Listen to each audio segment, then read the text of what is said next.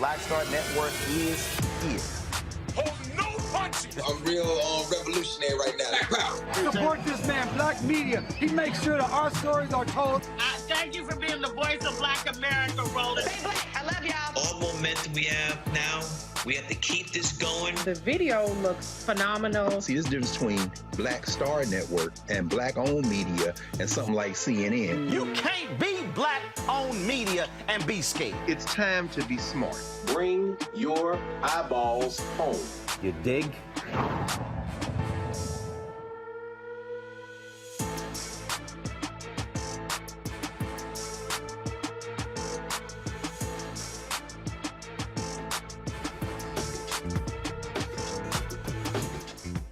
It is May 3rd, 2023. I'm Attorney Robert Patillo sitting in for Roland Martin for the first hour. Roland's flight is delayed. He should be here for the second hour, but we're going to ride on through. You're watching Roland Martin Unfiltered, streaming live on the Black Star Network. Here's what's coming up today.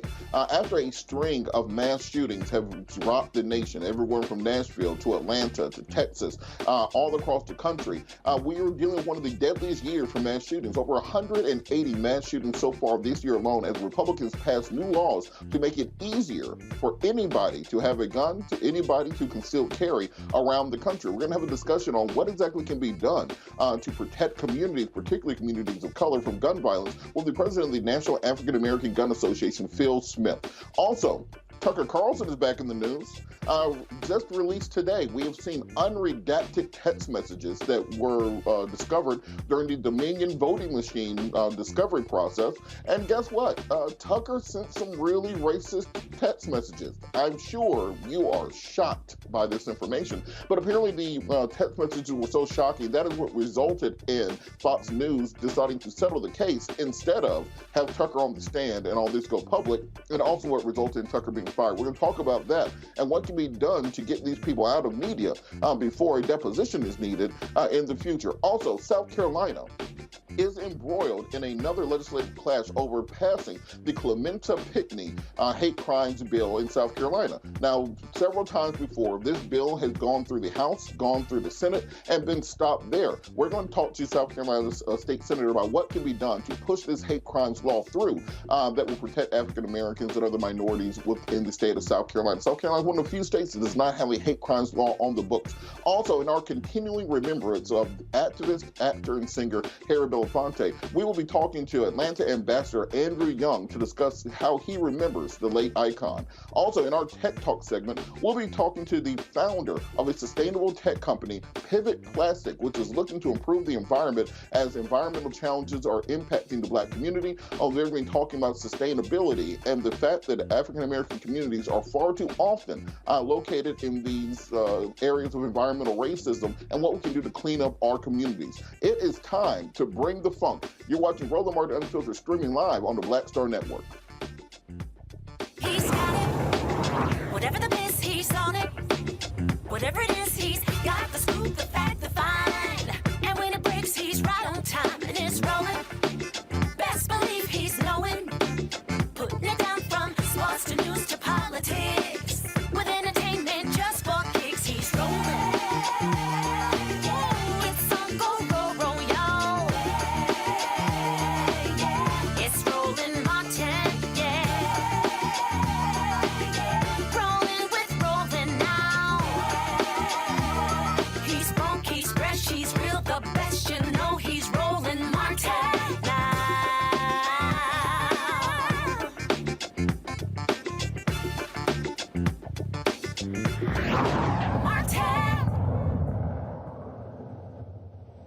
Mass shootings again rocked the nation. Just today, 24-year-old Dion Patterson walked into a hospital in Atlanta, shooting 5 women, killing 1. 3 remain in critical condition right now. Mr. Patterson is still on the run in the city of Atlanta. Schools were locked down. Businesses were put on lockdown. Authorities are asking that if you have any information with regards to the whereabouts of Mr. Patterson and or any information that can be turned over to police, please contact law enforcement immediately. This man is still considered armed and dangerous and on the loose in Atlanta currently.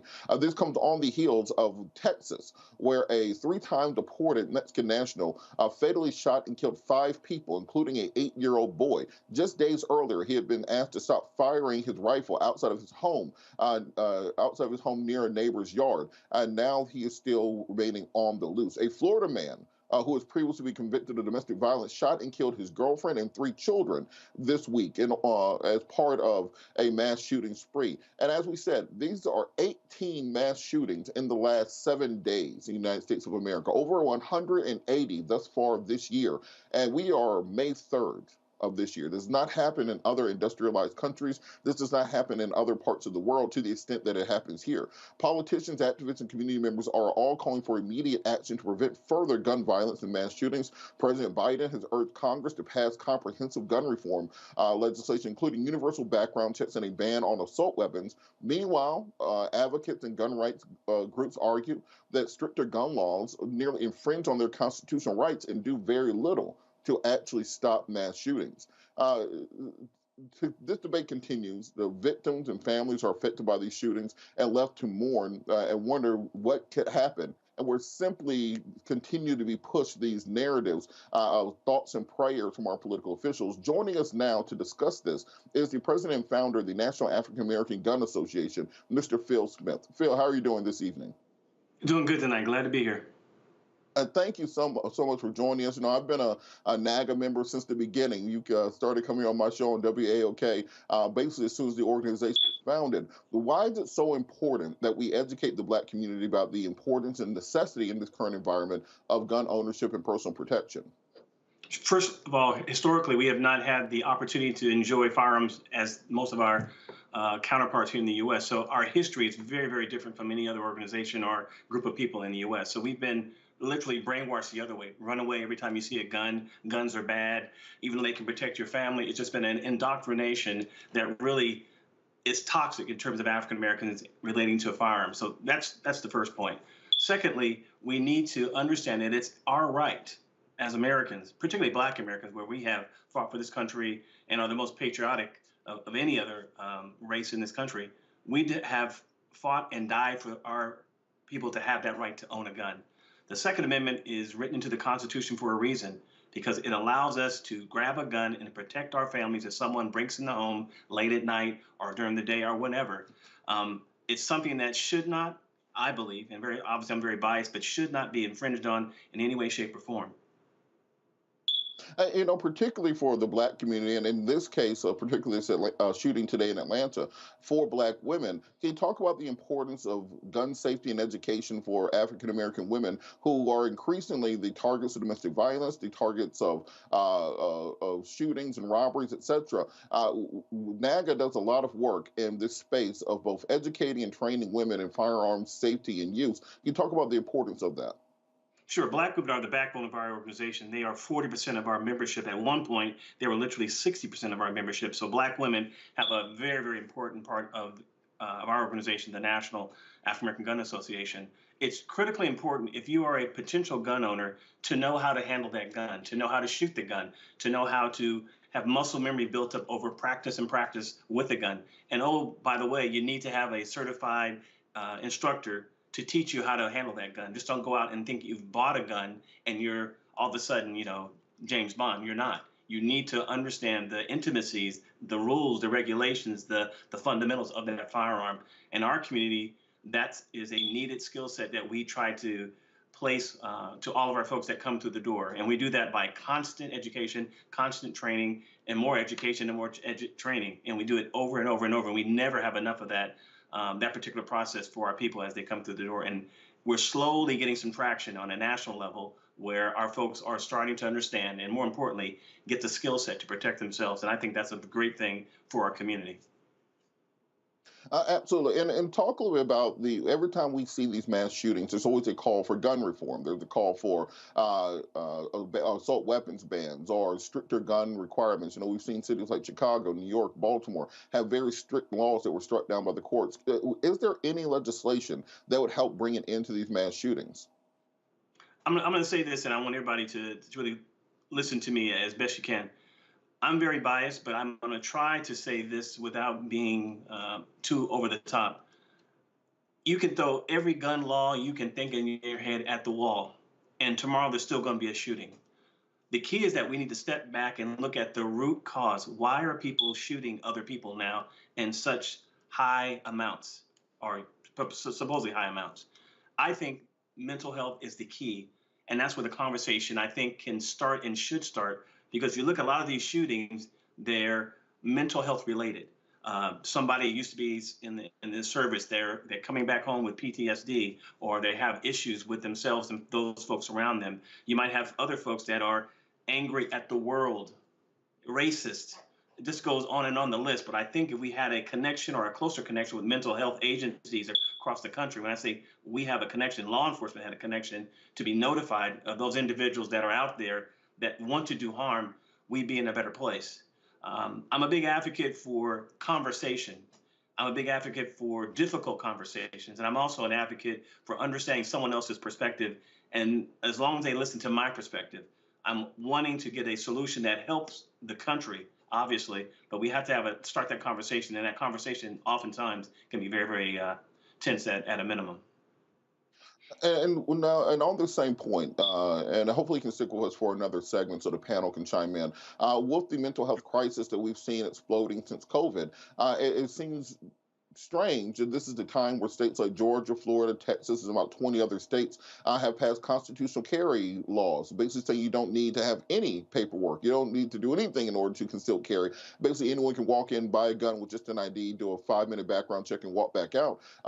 Should there be red flag laws? Should there be anything put in place to at least put some barrier between individuals to the ability to buy guns? We saw at the Uvalde's people saying we need to raise the age limit to purchase weapons, have a waiting period. Are there any sorts of legislation that you would stand behind? Let's start with red flag laws. I think that's, as I said before, that's a starting point. And just for our audience, red flag law is the following. Those that don't understand or have never heard the term, red flag law is the following. It simply says that if you have some in society that is a danger to themselves or a danger to the larger society at large, law enforcement has the right to go out proactively to contact that person and to secure their firearms and take them away from them so they can't hurt themselves or their folks or their neighbors or the community that in which they live in. In theory, that sounds great. I'm a big advocate of that, in theory. The problem is the following. Oftentimes, for Black folks like myself and in my community, the red flag law is weaponized in a way in which people that are totally innocent get their guns taken away from them. And once their guns are taken away from them, it's very, very difficult to get those firearms back. You have to go through a legal process. It's expensive. You have to get an attorney. You got to go to court. And a lot of times in our community, our budgets are limited. We have so much money that has to be allocated for certain things. So once the guns are taken, they're gone. What I am a big advocate of. Go ahead. Phil, let's put a pin in there right there. We're going to go to a break. I'm going to let you continue on the other side and then bring the panel in also to ask you some questions, because I think we want to come to a solution because this is severely affecting our community. We always talk about assault weapons. Most gun crimes are not committed with AR-15s. They're committed with pistols. So even if you ban every AR and AK in the country, we're still going to have hundreds of people die every day because of gun violence. We have to find a solution. We'll be back after the break. You're watching Roland Martin Unfiltered, streaming live on the Black Star Network. We'll be right back.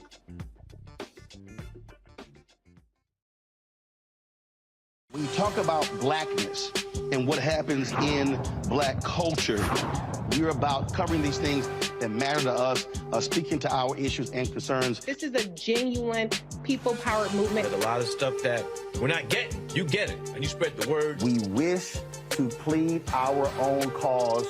Too long have others spoken for us. We cannot tell our own story if we can't pay for it. This is about covering us. Invest in Black-owned media. Your dollars matter. We don't have to keep asking them to cover our stuff. So please support us in what we do, folks. We want to hit 2,000 people, $50 this month, raise $100,000. We're behind 100,000, so we want to hit that. Y'all money makes this possible. Checks and money orders go to P.O. Box 57196, Washington, D.C. 20037-0196. The Cash App is $RM Unfiltered. PayPal is R Martin Unfiltered. Venmo is RM Unfiltered. Zelle is Roland at RolandSMartin.com.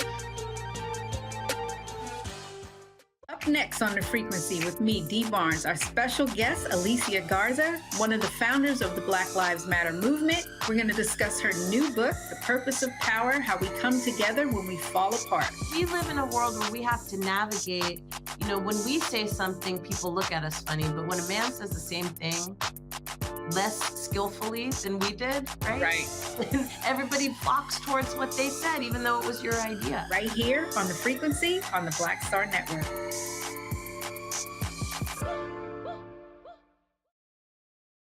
Black TV does matter, dang it. Hey, what's up, y'all? It's your boy, Jacob Lattimore, and you're now watching Roland Martin right now.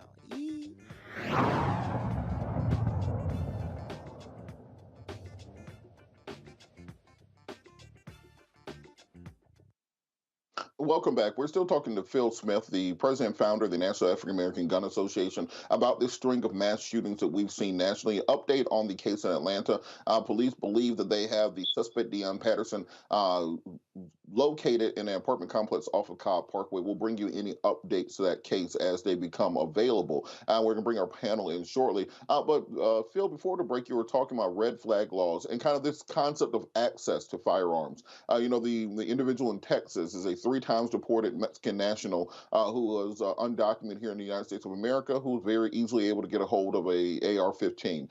We have seen many mass shootings with illegal guns being used. Even the Mexican cartel right now is using American guns that are shipped across the border, as opposed to the other way around. How can we deal with this issue of access to guns in America? Guns are, without dodging the question, guns are an integral part of America. I mean, the country was founded on the access of having guns to fight for liberty. There are a lot of people out there, and I want to make sure people understand that are intent on causing harm to other folks in society that have no connection to them. What we need to do is start taking our communities, our cities, our synagogues, our mosques, our churches, and turning them into what I call hard targets instead of soft targets. Because right now, everyone in society, not everyone, but just about every place you go, you can walk in, you can have a gun and have evil intent, and you're not able to have any kind of barriers protecting those folks that are in that building. We need to make sure that we have that mindset change, because currently, right now in America, I believe that the folks that we have for the masses think of everything being a very safe and serene place, and it's just not that way. When you walk out late at night, you need to protect yourself. When you're downtown in any major city, you need to protect yourself. So why not take that mindset and internalize it and make sure that when you are going around, have situational awareness in your mindset, looking at various buildings and people that you're talking to ignore the idea or the problem. It's only going to stay the same way. You need to have buildings protected. You need to have people protected. And I think we're starting to come to that reality, starting with the schools. And I think that's a good thing. I'm going to bring our panel in. We have Rebecca Carruthers, Vice President, Fair Election Centers, Washington, D.C. A. Scott Bolden, attorney and former chairman of the National Bar Association, D.C. Chamber of Commerce, PAC, and also Dr. Larry Walker, assistant professor, University of Florida, in Florida. Scott, I'm going to go to you first. You have a question for Mr. Smith? Well, I got a lot of statements I disagree with him on. I don't know if I have a question, but here it goes. I'd love to hear Phil's response to this issue or argument. The Second Amendment says that if you're in America, the militia, you're entitled to a gun. Last time I checked, and I'm a gun owner, I own 10 guns, I'm not a member of the militia. The Supreme Court has bastardized the Second Amendment that allows us to own guns and to be as least restrictive as possible. And yet the mass killings continue. I understand about the mental health and about bad actors, but at this point, with 190 incidents in 2023 alone, would you agree that limiting access to guns, having a red flag law, anything we can do, it may not be a panacea, but anything that we can do, especially with weapons of mass destruction. Gun violence is committed by 9mm and pistols, but mass shootings are committed by AR-47s or AKC-47s and AR-15s.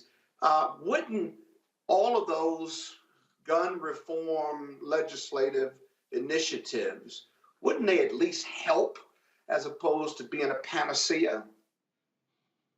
First of all, thank you for the question. I appreciate the perspective. I understand your passion behind what you're saying. It's an emotional, I think, reaction sometimes when people think that some of the laws that are being proposed are going to stop mass killings, because most of the legislation, if not all, is just a waste of time. You're pandering to the base of their constituency, politicians, when I say that, and you're really not helping out. If you're really serious about stopping gun shootings, and don't get it twisted, I'm a black man first in this country.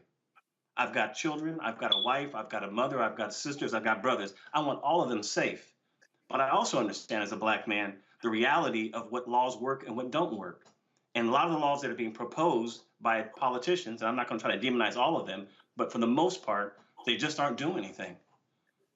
They just aren't. Okay, so then, okay, let me, if I may, if that's the case and you disagree with my proposition or suppositions, then tell me what you would do to end this gun violence then. If it's not through gun reform, then tell me what would work in your opinion, without telling me more guns and protecting our soft targets, because that connotes more violence. So what would you, top 3 things would you propose to end gun violence and mass killings in America?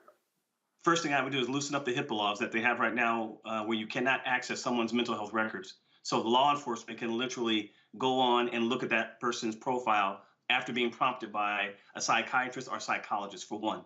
That's the first thing I would do. Secondly, and I know you don't probably want to hear this, but I would definitely re-educate those folks, or allow those folks that want to purchase a gun to get a gun to protect themselves.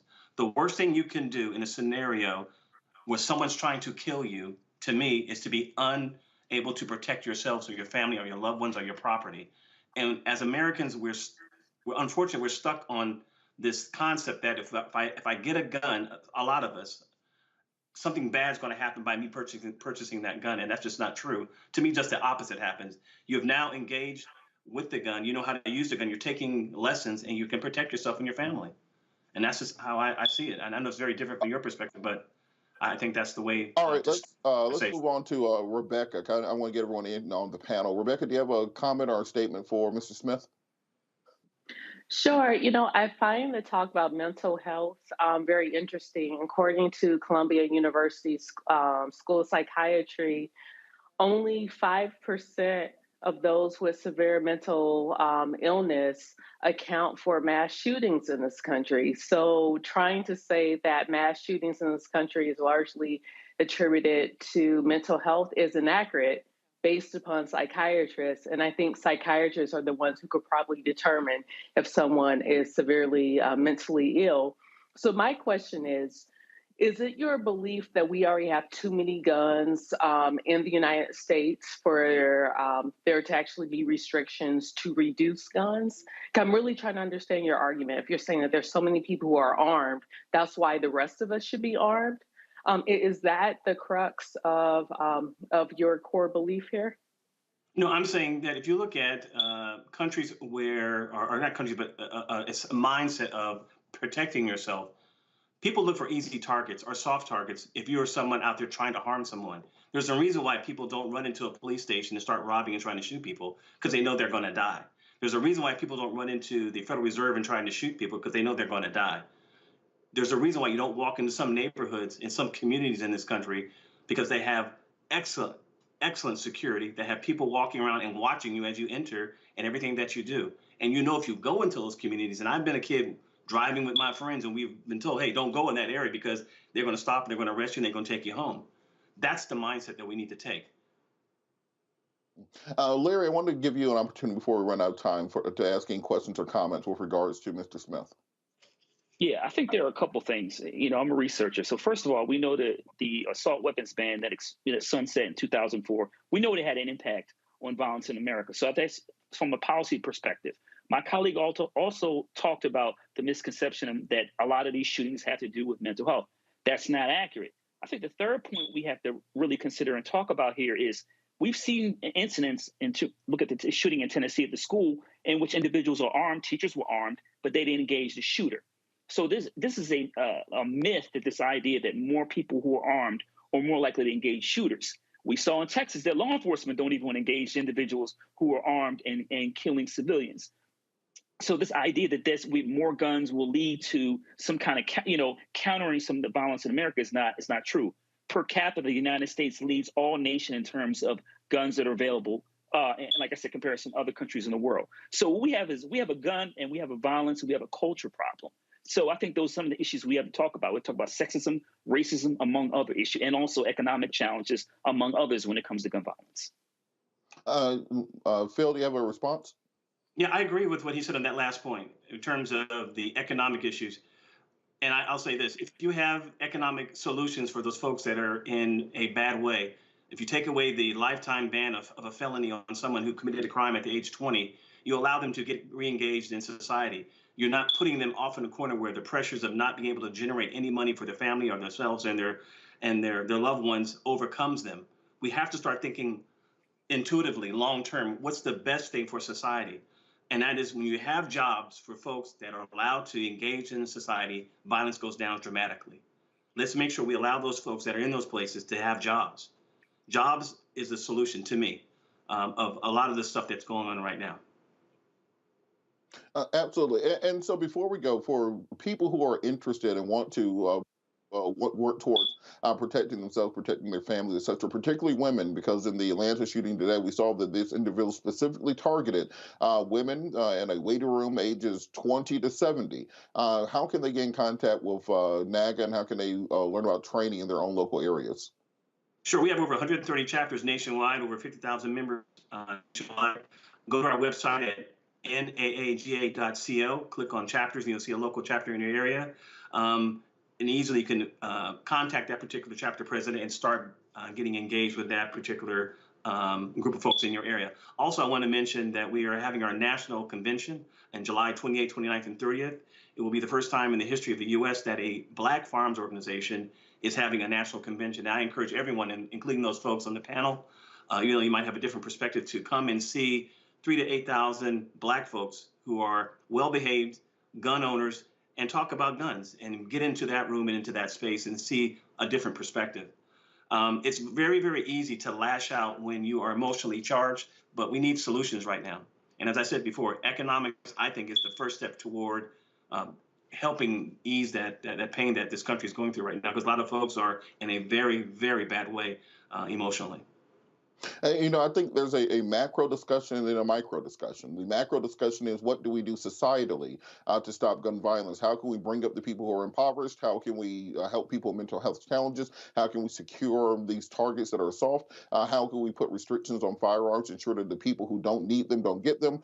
That's the macro conversation. The micro conversation is, if it's down to you and you staying alive, we have to make sure that you are trained, that you are armed, that you can protect yourself and your family, and you can worry about the macro problems later. Phil Smith, president and founder of the National African American Gun Association, thank you so much for joining us. We'll be back after the break. You're watching Roland Martin Unfiltered, streaming live on the Black Star Network.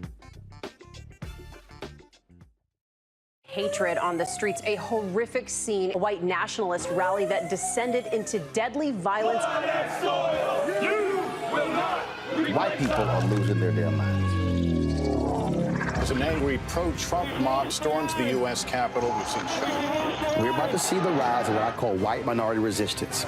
We have seen white folks in this country who simply cannot tolerate Black folks voting. I think what we're seeing is the inevitable result of violent denial. This is part of American history. Every time that people of color have made progress, whether real or symbolic, there has been what Carol Anderson at Emory University calls white rage as a backlash. This is the rise of the Proud Boys and the Boogaloo Boys. America, there's going to be more of this. Here's all the Proud Boys, guys. This country is getting increasingly racist in its behaviors and its attitudes because of the fear of white people. The fear that they're taking our jobs, they're taking our resources, they're taking our women. This is white fear.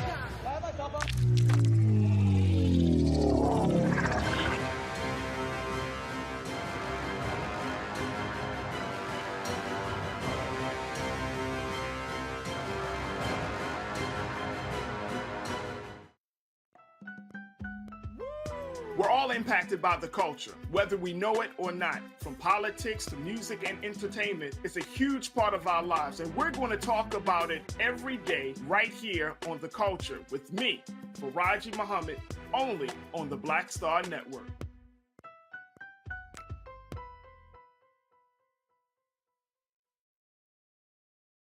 Hi, I'm Anthony Brown from Anthony Brown and Group Therapy. Hi, I'm BB Winans. Hey, I'm Donnie Simpson. What's up? I'm Lance Gross, and you're watching Roland Martin Unfiltered.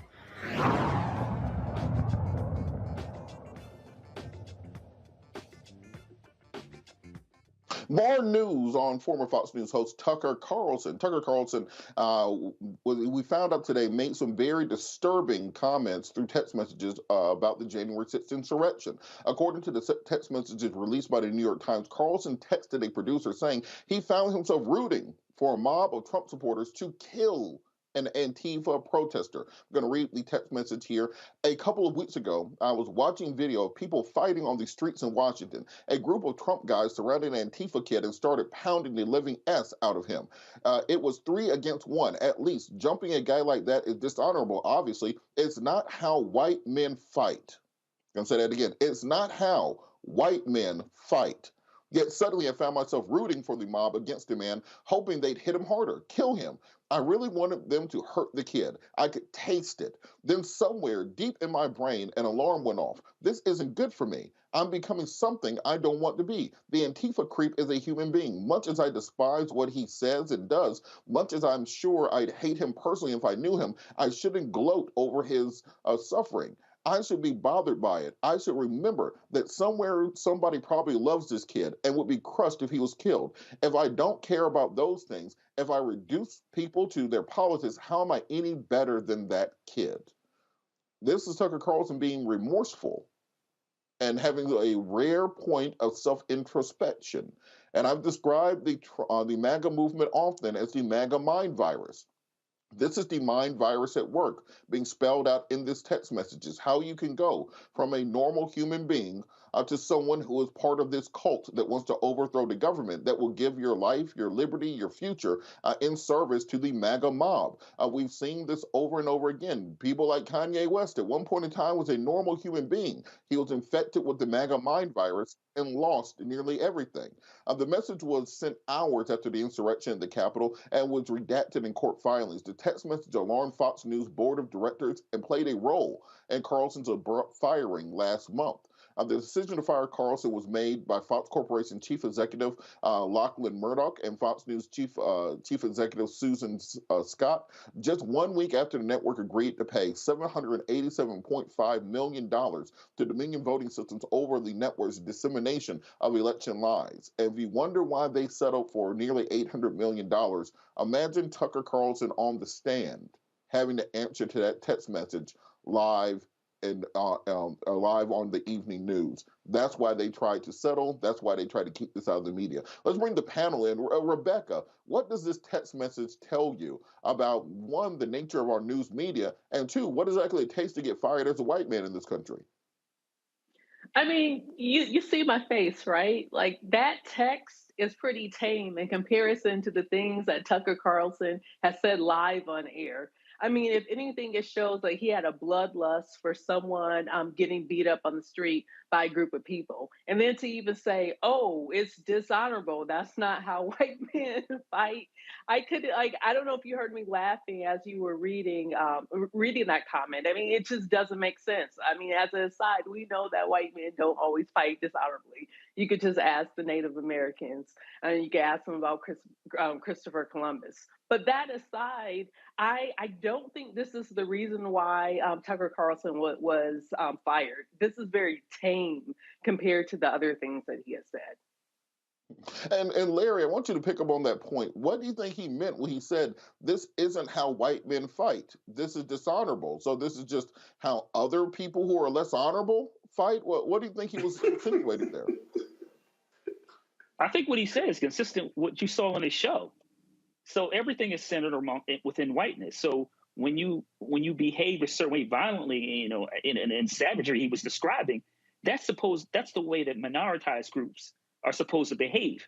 But listen, what I want to say is, in terms of the comments he made, I think Fox News was looking to get rid of him. Because what he said in his text message is really tame to some of the crazy things he said on his show. I want to highlight a couple of things when they talk about white men and violence. The black folks who were the victims who were murdered the Red Summer of 1919, or Rosewood, or the Coy Massacre, or Tulsa Massacre, with like a word with Tucker Carlson in terms of white supremacy and violence in the United States. This country has a long history of violence against black folks and other minoritized groups. So this idea, like he said, that, you know, white men in particular don't behave like that. We saw that in January 6th.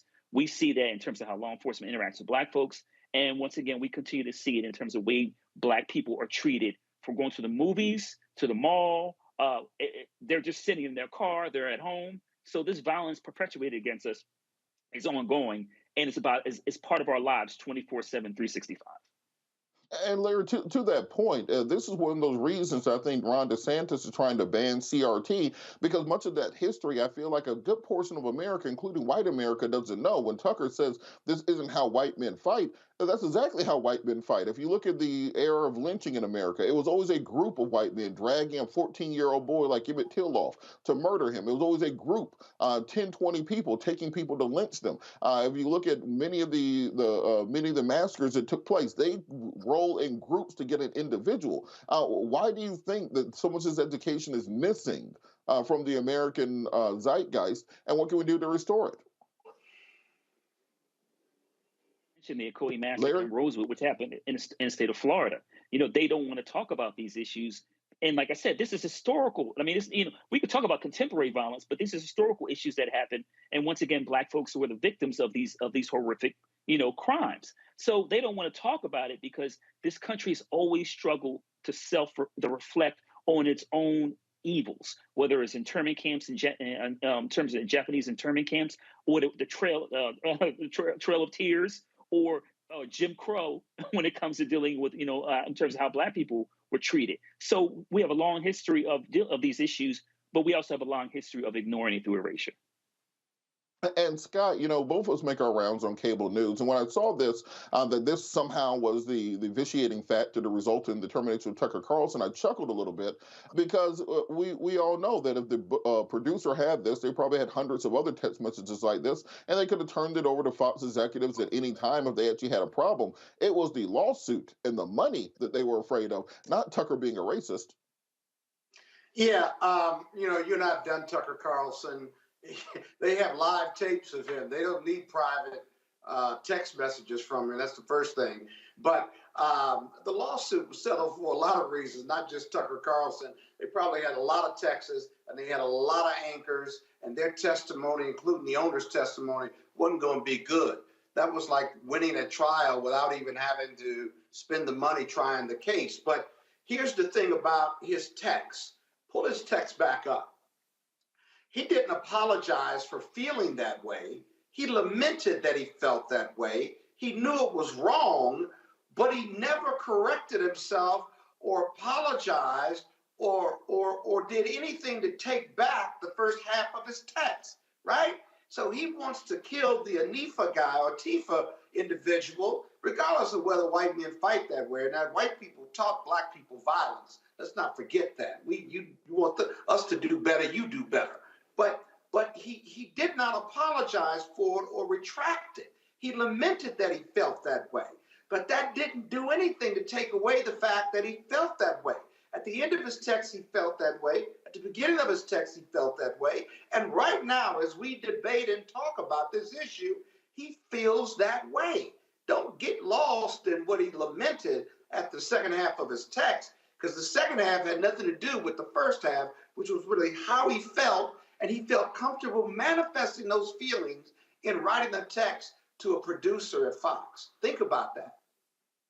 And Scott, on that point, how can we as the community help to push changes at Fox? Because regardless of what you feel about them, they have by far the largest news audience of any cable news outlet. The ratings came out, I think, today, showing that Fox's primetime ratings are higher than CNN and MSNBC combined.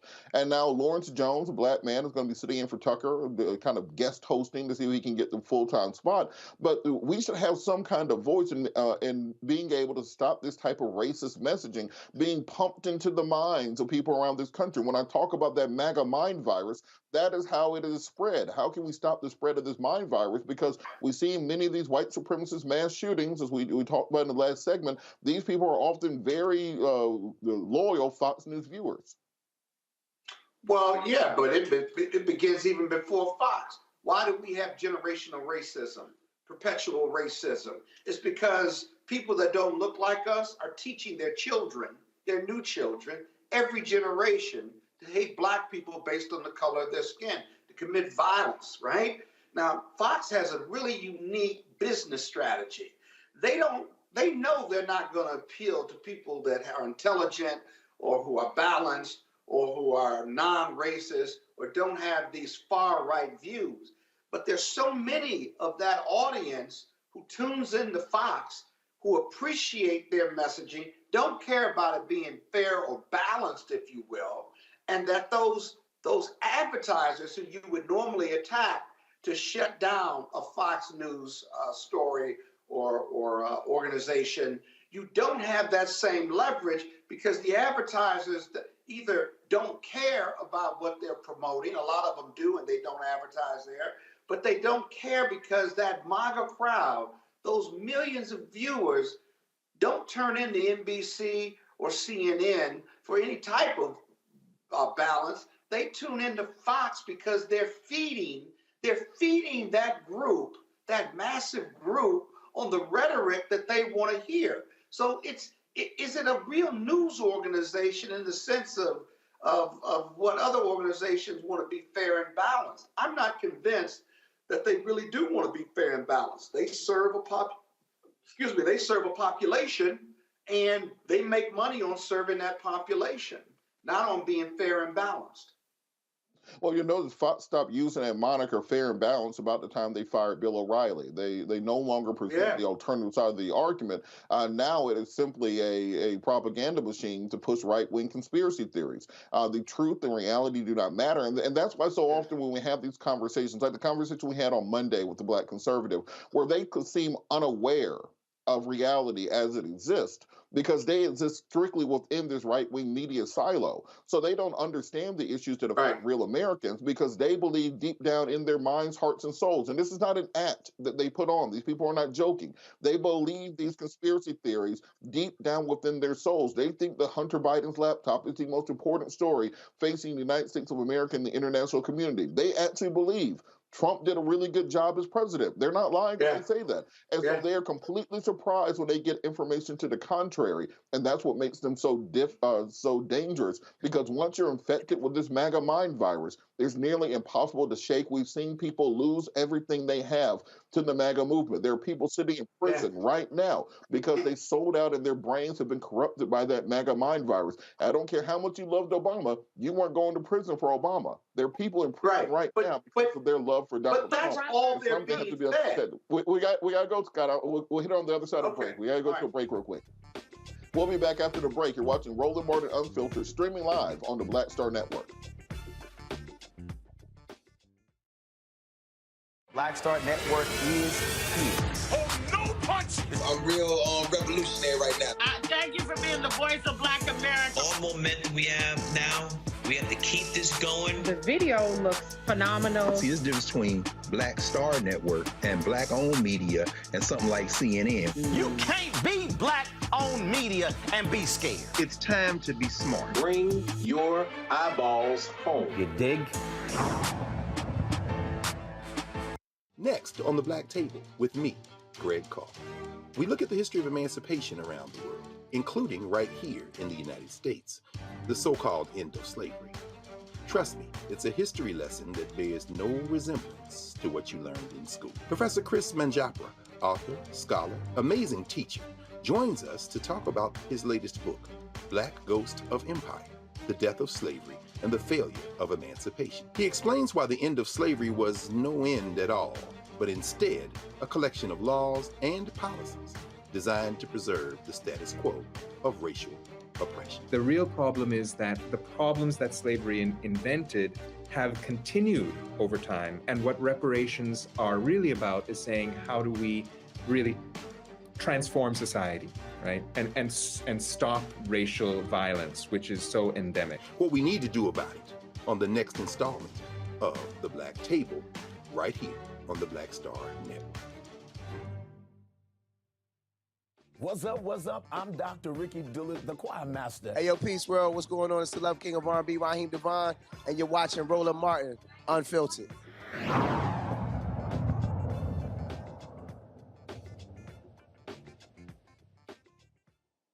South Carolina, the Palmetto State, they argue that they should be the Peach State as opposed to Georgia. Don't believe that. South Carolina also where the Civil War started, where Tim Scott, senator, launched his presidential campaign right there at Fort Sumter. But South Carolina is also one of only 2 states in the nation without a hate crimes law on the books. Lawmakers have tried to get the Clementa C. Pinckney Hate Crimes Act passed for the last 3 years.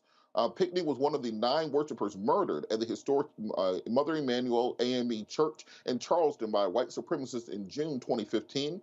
Frustrations are overflowing at this point for obvious reasons. Even in a state like my home state of Georgia, after the murder of Ahmaud Arbery, we were able to push through a bill that got rid of the Civil War era citizens arrest law that was the basis of the detention of Mr. Arbery.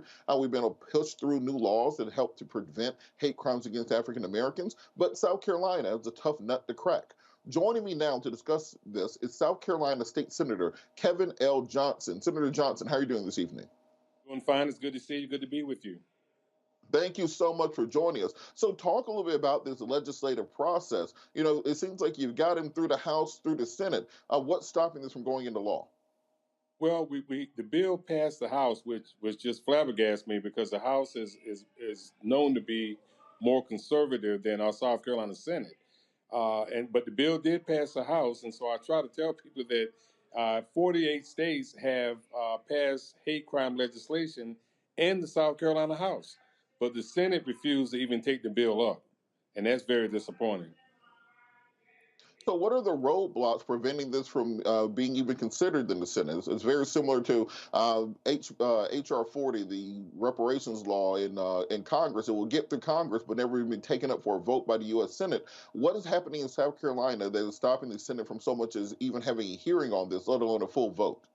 It basically comes down to a numbers game. In South Carolina, in the Senate, we have 46 members, 30 Republicans, and 16 Democrats. And so the Republicans pretty much control the calendar.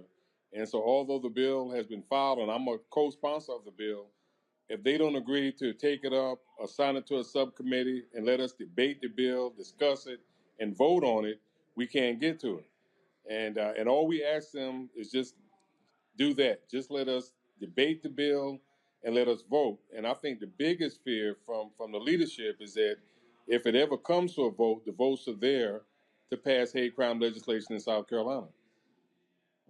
And with that, you know, it's one of those insane things about the legislative process that we also face in other states, because South Carolina is nearly 40% African American based on the last census data. How exactly is it that we only have 16 senators in a state that's almost 2/4 black?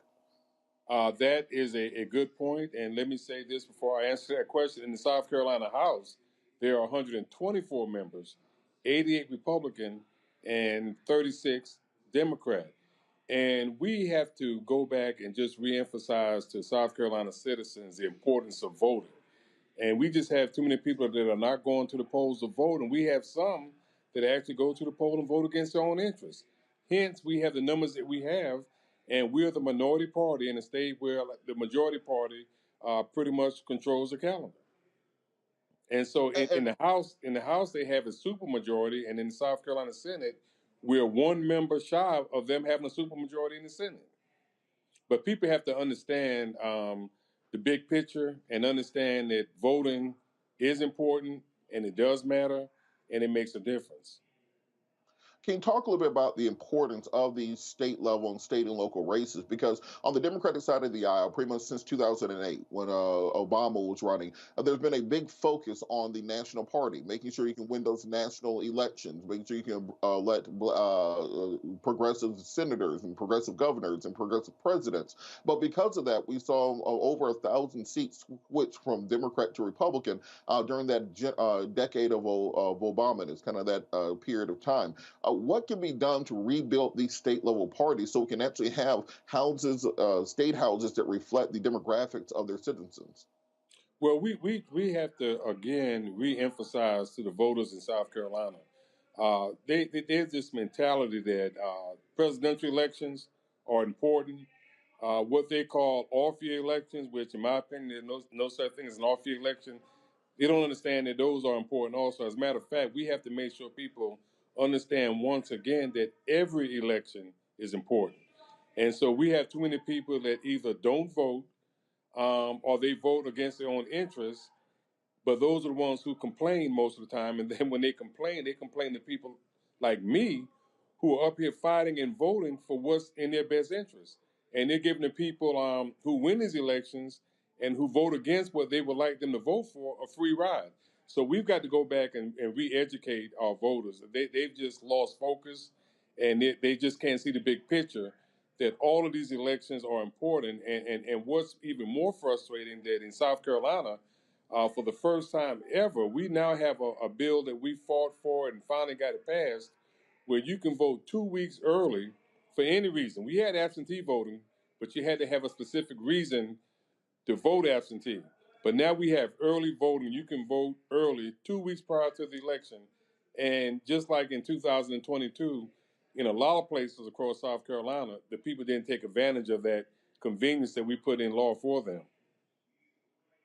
Now, in Georgia, we have a lot of groups like Latasha Brown and Black Voters Matter. We have Helen Butler and the People's Agenda. You have so many groups that are out here really mobilizing people. And that's how the state went from red to a light blue. What has to happen organizationally and structurally within the state to get these people turning out for these midterm elections? Because when you tell people that South Carolina is only one of 2 states without a hate crimes law, that seems like it should be enough to motivate people, motivate clergy, motivate nonprofits and civic organizations to get people out there, because South Carolina could be a purple or even a blue state based on demographics. You just need the people to understand that and get out to the polls.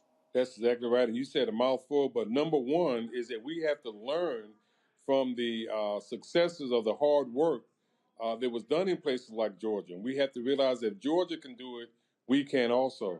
And we can be a purple or blue state. We have areas like where I live that were just until recently, solidly blue, like my county that I live in, Clarendon County, the county that where the Briggs versus Elliott school desegregation lawsuit took effect that led to Brown versus the Board of Education.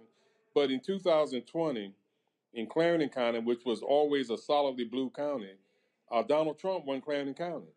And that really woke up a sleeping giant.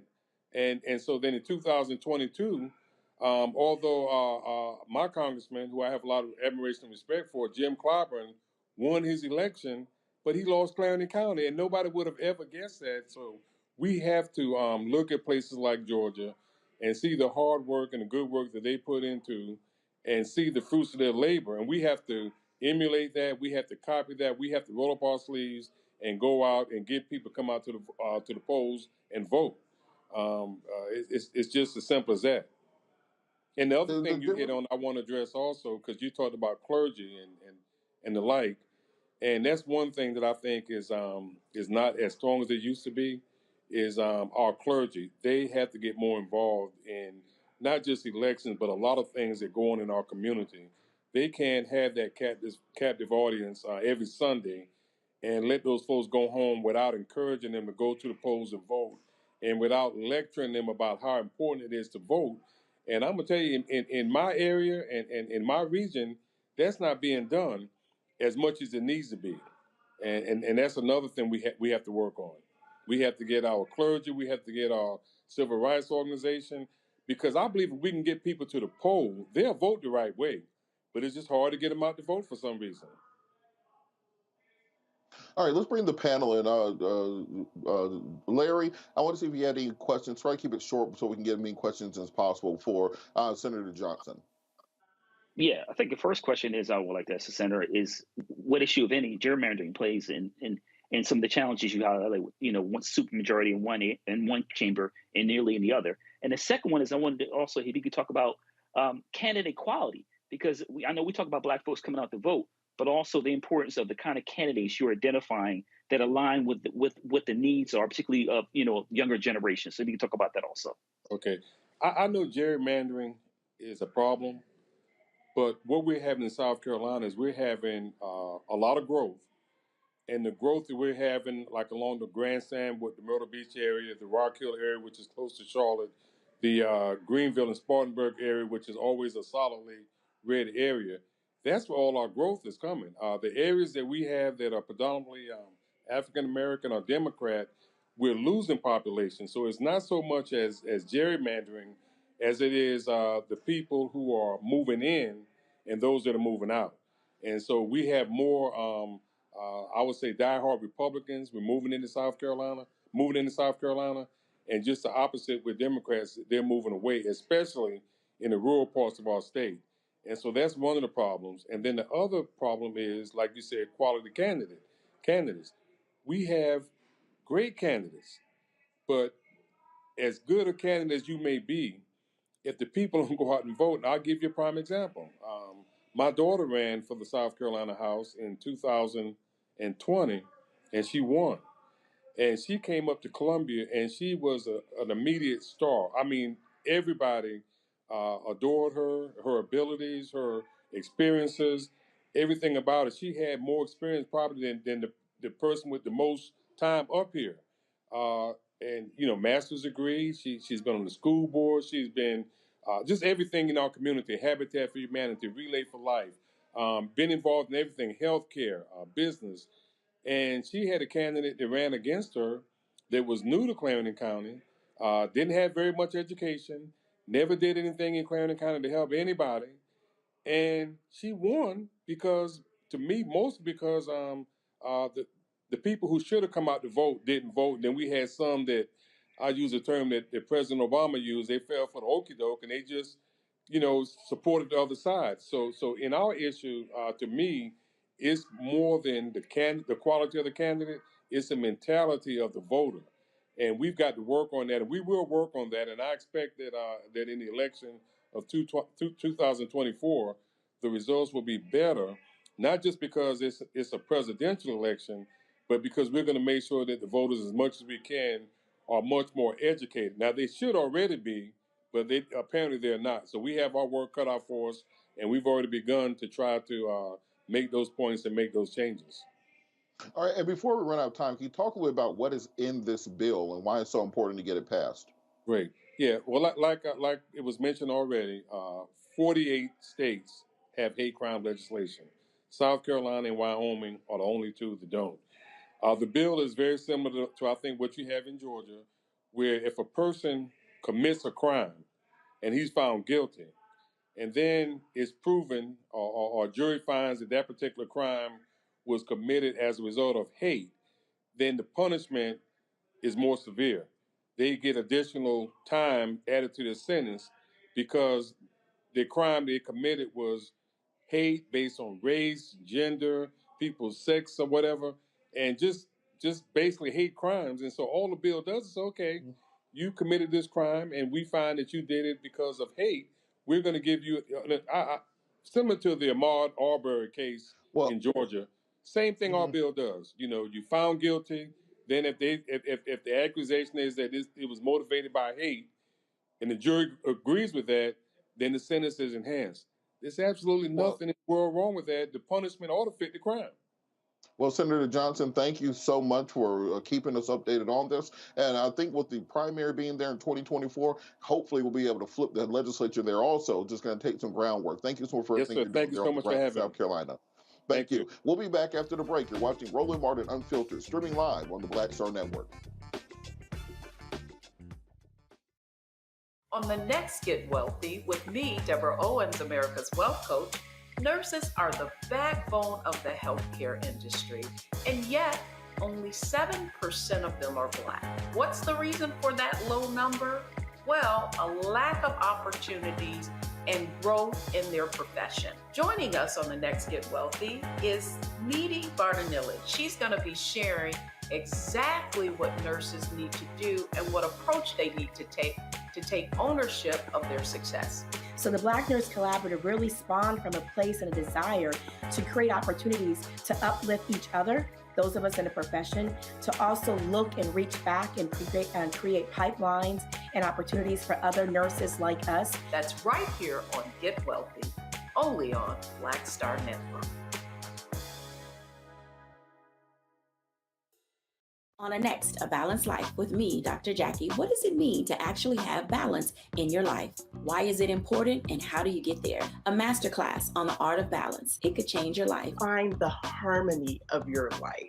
And so what beat can you maintain at a good pace? What cadence can keep you running that marathon? Because we know we're going to have, high levels, we're going to have low levels, but where can you find that flow, that harmonious pace. That's all next on A Balanced Life on Black Star Network. This is Judge Mathis. What's going on, everybody? It's your boy, Mac Wild. Hey, what's up, y'all? It's your boy, Jacob Lattimore, and you're now watching Roland Martin right now.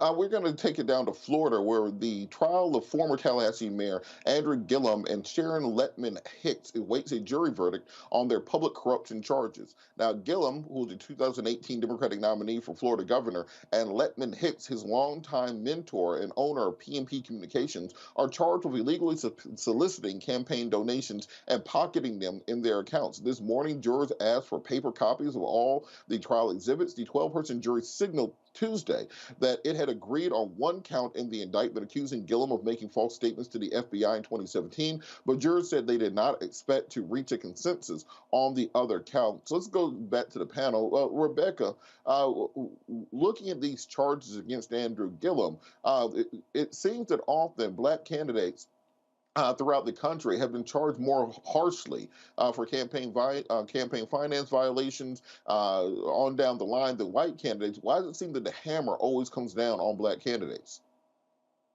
Well, it's really interesting about the Gillum case is that for years there were multiple rounds of undercover sting operations targeting Gillum when he was mayor of Tallahassee.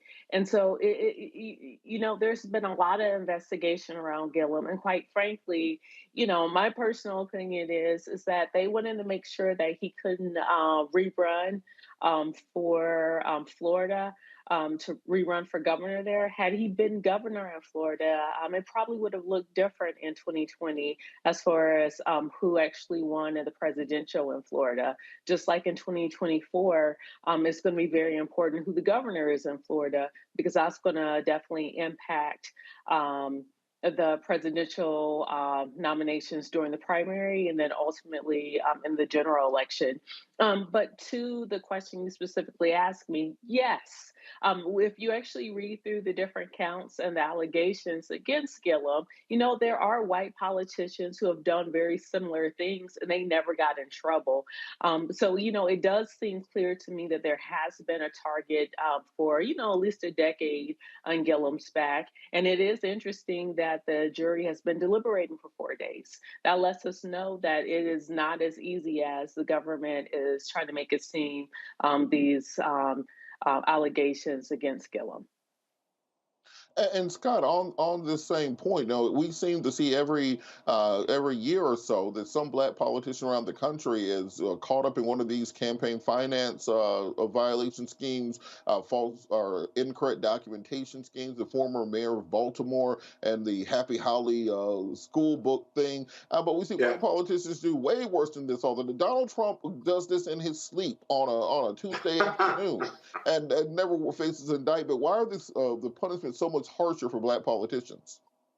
Well, discretion of any federal or state prosecutor is king. It is the difference between a criminal charge and not being charged at all, or even being sued civilly. It's up to their discretion.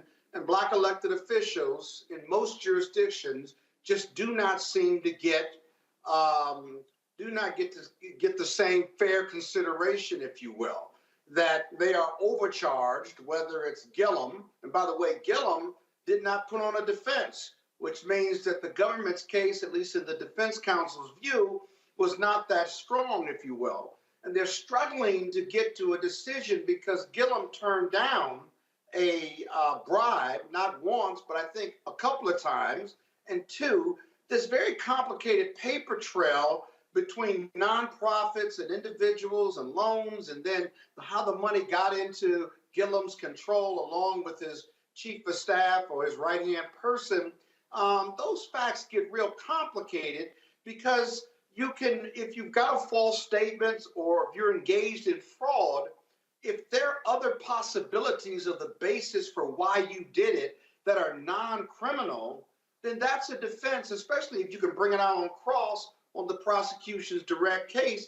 Gillum doesn't have to take the stand, nor does he have to put on a defense. And so they just don't get the benefit of the doubt Black elected officials, whether it's Marilyn Mosby, who's charged right now with lying to get her own money out of her 457B, or allegedly lying about buying property in Florida without knowing that she owed the government taxes. I mean, and her defense, I'm a former defense counsel for her, her defense was readily available to the government. We offered to share it with them. They would not even meet with us. And so as a result, the harshness of the discretion and the review by federal and state prosecutors can be much harder than those who don't look like Marilyn Mosby or Gillum. And with that, Scott, I want to stay with you real quick. What kind of factors will the jury be weighing when it comes to this documents issue? You know, in the Gillum case, it seems to be a very much document-intensive process. As you said, Gillum did not offer a defense of the case. What exactly are they looking for that could result in a conviction? That the government has proven their case beyond a reasonable doubt. That's what they're struggling with. Is there a doubt that I can give a reason? I'm a juror. I can give a reason as to why I don't believe they proved their case, or that element of a case, right? The elements, all four elements of those charges within each charge, that have they proved each element beyond reasonable doubt? And juries struggle with that. They've got to be convinced. It is a very high burden on the government's part, and the defendant, in this case, Gillum, and his co-defendant, they do not have to say a word. As they sit in the courtroom, they are innocent in the minds of the criminal justice system and the jurors. And so, given how complex and complicated this money trail was in the Gillum matter, I could see the jury trying to understand hard the government's case. And if they can't understand it, they can't vote to convict, or they'll say that they've got a hung jury, that is, that they can't come to a decision. Remember, it's got to be unanimous of all 12 in most jurisdictions, and that's what they're struggling with, in my opinion. And Larry, on that point, you know, we see these things all the time with Black politicians, and it's not that Black politicians are committing crimes at a higher rate than their white counterparts. Is, as Scott said, this question of discretion when it comes to Black politicians, and when there's a witch hunt out against you, when they're trying to get you any sort of way, they will usually find a way to at least get an indictment, even if not a conviction. What can we do to better protect Black politicians from political prosecution? Well, I think that's a good question. I think, remember, this is not new. This has been going on for years in terms of Black politicians being the focus and often trying to get a conviction for sometimes what are frivolous issues. But I think it's really important. Some of the things that we should be able to do is, first of all, Black politicians should, and always, and I work for a former politician, they have to be constantly making sure they're crossing all their T's and dotting all their I's. And then I think the other thing is they have to be vigilant and hyper aware that for, like I said, frivolous things, that they certainly can be accused of doing something that's unscrupulous. I think the other thing to keep in mind is when we talk about politicians and Blackness is that we know from research that Black folks, regardless if they're a high-level politician or a CEO, et cetera, or an entertainer, are statistically more likely to be charged when it comes to certain crimes, for more penalties compared to whites. That's just a reality in living in America. So they need to be hyper vigilant and, like I said, always aware of that, and also obviously keep an attorney on retainer consistently. I tell people all the time, do not try to play the white boy's game the way the white boy plays it. At the end of the day, they can always call their dad and they'll be okay. You don't have that luxury, so you have to be above and beyond on those things in general. Rebecca, going back, just from a political consideration, if Gillum is indeed acquitted on these counts, do you think he has a political future in Florida? You know, the way he was intentionally taken down, even with the so-called sex scandal that occurred, is really interesting. When that was leaked to the press in 2020, that was the Friday of, I think it was March 12th or March 13th, when the entire East Coast shut down due to COVID. right? Which started the pandemic nationally. And so we noticed that the story about Gillum, the pictures that were released, never really picked up in media until I think it was a conservative news blog with Candace Owens then teased the story out and kept teasing the story out. And it was meant to humiliate him. It was meant for him to just go hide and run and to never be heard from again. I will say there are people in Florida who are scared of the power that Gillum has. He's a very charismatic leader. He's been a very effective leader when he was on the city council in Tallahassee. He was a very effective mayor. So yes, there are people who are scared that Gillum could still be viable as a political candidate and ultimately win office again in Florida. He has a lot of value. He has a lot of sincerity, and he really connects to people in Florida, which is why he and DeSantis were neck and neck in 2018. I believe Gillum only lost by 33,000 votes, and some people will question, some of the perhaps outstanding ballots in 2018, and if Gillum actually indeed did lose based upon the number of ballots that were turned in. But I say all that to say is that Gillum is still a political threat to folks who deem themselves as his political enemies in Florida. Well, I'll just remind people that 33,000 votes, Gillum would have been governor instead of Ron DeSantis. We would not be talking about lawsuits against Disneyland and Mickey Mouse. We would not be talking about banning CRT. We would not be talking about banning drag hour reading time for students. We wouldn't be banning books. All those things happened because of the 30,000 votes in 2018. So when people ask you, do elections have consequences?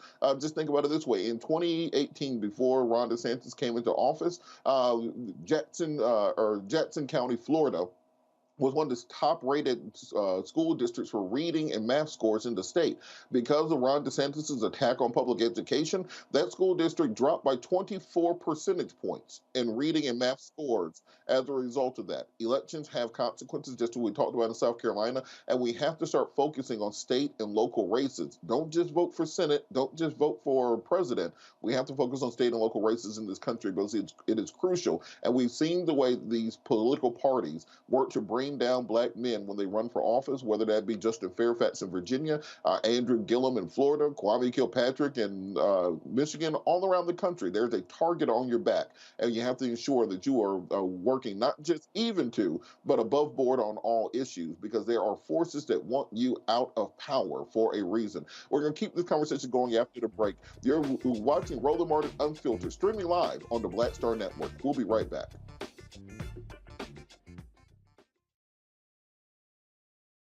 Lost my daughter. I didn't know where she was. So I had to figure out how to survive, how to eat, how to live. I don't want to go into the details because she's here, first of all. She may not want me telling that story. But possession of her, the family broke down, fell apart. I was homeless. I had to figure out, I didn't have a manager or an agent or anybody anymore, and I'm the talent. So I got to figure out how to be the agent. I had to figure out, how does business work?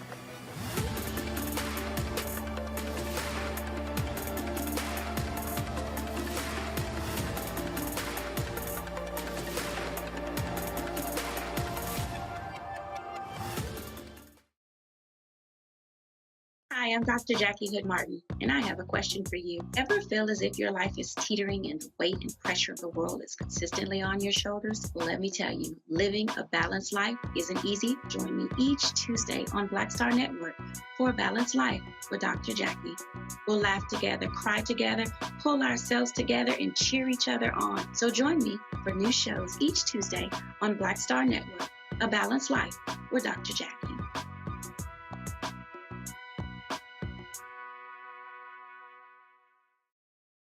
It's Kim Whitley. Yo, what's up? This your boy Ice Cube. Hey, yo, Peace World. What's going on? It's the Love King of R&B, Raheem Devon, and you're watching Roland Martin Unfiltered.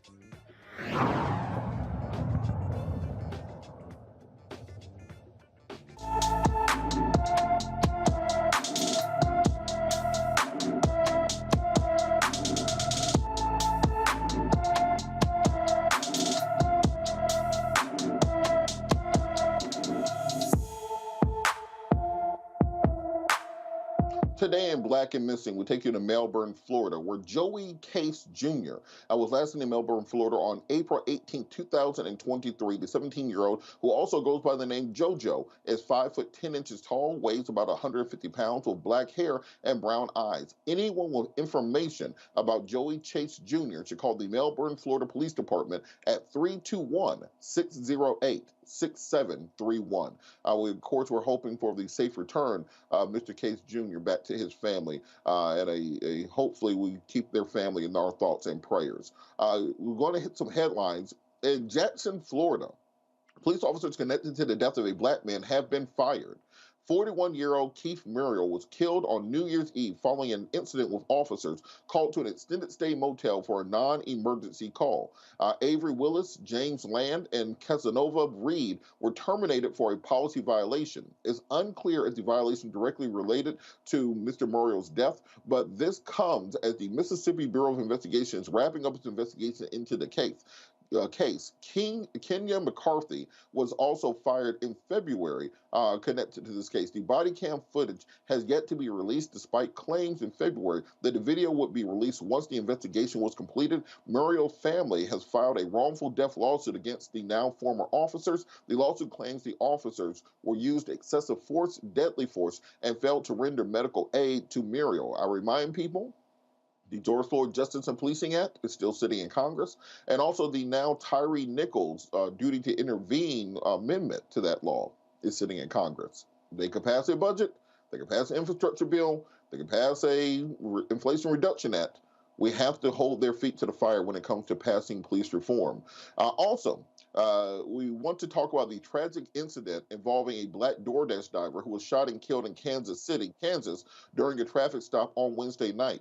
According to a report, a Kansas City, Kansas police officer attempted to pull over 25-year-old DoorDash driver Amarion Henderson's vehicle for a traffic violation when a confrontation occurred, resulting in shots being fired. Henderson was shot and the officer was taken to the hospital where the victim died. The officer is reported to be in stable condition with minor injuries not caused by a gunshot. It is unclear if the man who was shot was armed at the time of the incident. The investigation into the incident is being handled in the Kansas City, Missouri Police Department, and the community called for a thorough investigation into the circumstances surrounding the shooting. I want to bring the panel in on these two stories together. And Rebecca, I'm going to go to you first. It seems that we could literally just do a show every single night of the week, just doing a wrap-up of all the black people being shot by cops in this country on a daily basis. I think we're all tired of talking about it, but yet and still it continues to occur. What has to happen in order for us to get legislative movement on this on the national level? As I mentioned, we talk about the intransigence in Congress, but you can pass a $1.7 trillion infrastructure bill. You can pass a $1.5 trillion Build Back Better bill, the Inflation Reduction Act. You can pass the Respect for Marriage Act for gay and interracial marriage. You can pass a $3.5 trillion infrastructure bill. You can pass a Stop Asian Hate Crime bill. Things are getting done. So Congress is not so intransigent that nothing is getting done. How can we ensure that our agenda works its way to the front? You know, I gotta have a unique take on this tonight because you're right. Every single week when we're on here, and almost every single night when Roland Martin does this broadcast, we're always talking about Black folks who are being extrajudiciously killed by law enforcement in America. What would be really interesting if we started to see the NRA and other pro-gun rights organizations, similar to the guns rights organization at the top of the program tonight, as well as gun manufacturers, actually speaking out against unarmed Black people being shot and killed by police. Because bottom line, these Black folks who are unarmed, who are getting killed, they're being killed by these guns. So it's not gonna, this issue isn't gonna be just solved by Black people speaking up, because folks get it. Black folks don't like this happening, but it's gonna take other folks from outside of our community. It's gonna take gun manufacturers to speak up. It's gonna take insurance companies who have to insure these police departments, who have to insure these police unions. It's gonna take them speaking up and saying, hey, we're going to drop these entities as clients because we can no longer afford to pay out when they're doing these killings that are outside of the law. So it's going to take more than just us. And Larry, just kind of piggybacking on that same point, President Obama put out his roadmap on 21st century policing nearly a decade ago. We've talked about body cameras ever since for a decade now. We've talked about more training, etc. What has to happen for us to finally put some teeth behind these things and say, look, we can sue these officers in their individual capacity for the crimes they commit. We can hold them responsible for their torts as with anybody else. And why is that seeming to be the most controversial thing in American politics today? First of all, I think we need to understand that this is all rooted in anti-blackness. That's first and foremost why we don't have comprehensive, police reform. We can also thank Tim Scott, who's now announced he's running for president, as you alluded to earlier, that why we didn't get a bill at the federal level. There is zero chance that if any kind of police reform comes out of the House the way it is constituted now. That's not happening.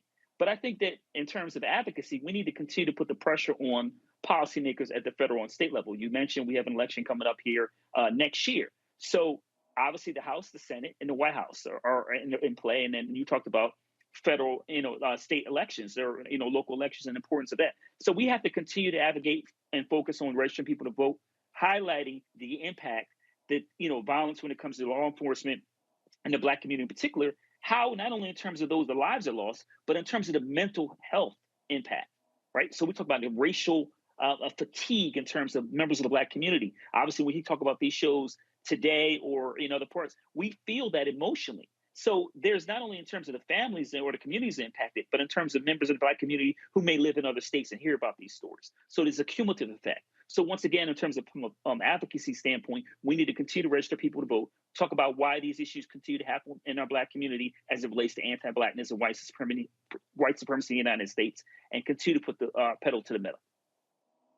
And Scott, to that point, as we talked about with Senator Johnson, the Democratic primary starts in South Carolina in 2024.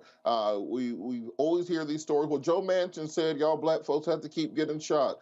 Kristen Sinema said we can't do anything about y'all Black folks getting shot. We really wanted to stop y'all Black folks from getting shot, but what had happened was, oh, my bad, I done ran out of time. I'll be back next time. No, just vote one more time. In next election, I promise, we'll stop y'all Black folks from getting shot. Given that we have more power in that 2024 primary than we've ever had before in a Democratic primary, what do we need to be demanding when it comes to police reform so that we won't have to put it behind all the other things in the Democratic portfolio going forward? Voting is important, but I don't have any confidence in the Democratic Party valuing the Black vote, because if they valued the Black vote, they would have passed the George Floyd legislation. They would have passed the Voting Rights Act when they controlled all three houses, and they didn't do it. When it comes to police violence against Black people, let's accept this proposition. I'm not saying don't fight against it, but that white America does not care about how many times the police shoot Black women and Black men. They don't care, because if they cared, they'd stop doing it. I mean, it's 2023. We've had 400 years of racial violence against Black people. In the last 25, certainly, we've seen it. And yet, every day, police, Black or white, thin blue line, not Black versus white, it's just the police culture of killing Black people. And so America doesn't care. America doesn't care about the mass shootings of poor Black children or rich white children. They've shown you that. They value the Second Amendment far more than they want to stop the mass killing. Just had one in Atlanta. And so I think the first step is accepting the proposition of this imperfect country of ours called America, that we love the Second Amendment and we don't care how many people get killed due to access to guns, in part, that we will accept that as a fair exchange, which was certainly larceny. And so now when you accept those propositions, as harsh as it is, then you can go vote and try to get Black people to vote and all of the Democratic groups to get out and vote, but they won't vote nationally or locally because for whatever reason, we don't value the vote. And so I'm very frustrated. I've been doing Rolling for 5 years, and every time I'm on, I'm talking about police shootings and voting and getting Black people to just vote. And we've got to figure out another way to do it so that we are effective and efficient in solving these issues. Because the results are tragic for Black people, but the fixing it just seems like it's so simple. It makes all the sense in the world, and yet we as a community just can't do it, and our allies that you think we would have, they're there, but they're not really there. And you don't have anywhere else to go vote. If you don't vote Democratic, you're certainly not going to vote GOP, and you're not going to have a winning vote if you vote for an independent. And so Black people are between a rough spot and a rock. They really are. And the solutions are there. Implementation seems to be our biggest problem. Put our energy into implementing and getting folks to the polls, not just voter education, but voter participation. I guess that's the best first step. But I don't have any confidence in Black people or this country resolving the African-American problem. It's been a problem for America, as race has for 400 years, and I don't think we're any closer. Maybe we're better, but we're not closer to resolving it at all.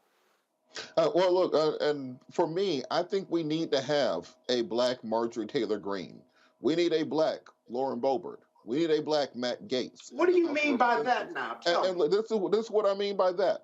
We saw that Speaker of the House vote earlier this year that it only took about 10 of those MAGA Republican House members to twist the arm of Kevin McCarthy and get out every single concession that they thought. Kevin McCarthy gave them concessions they didn't even ask for in order to become the Speaker of the House of Representatives. We need someone to stand in the breach for Black people and say, look, this is the point.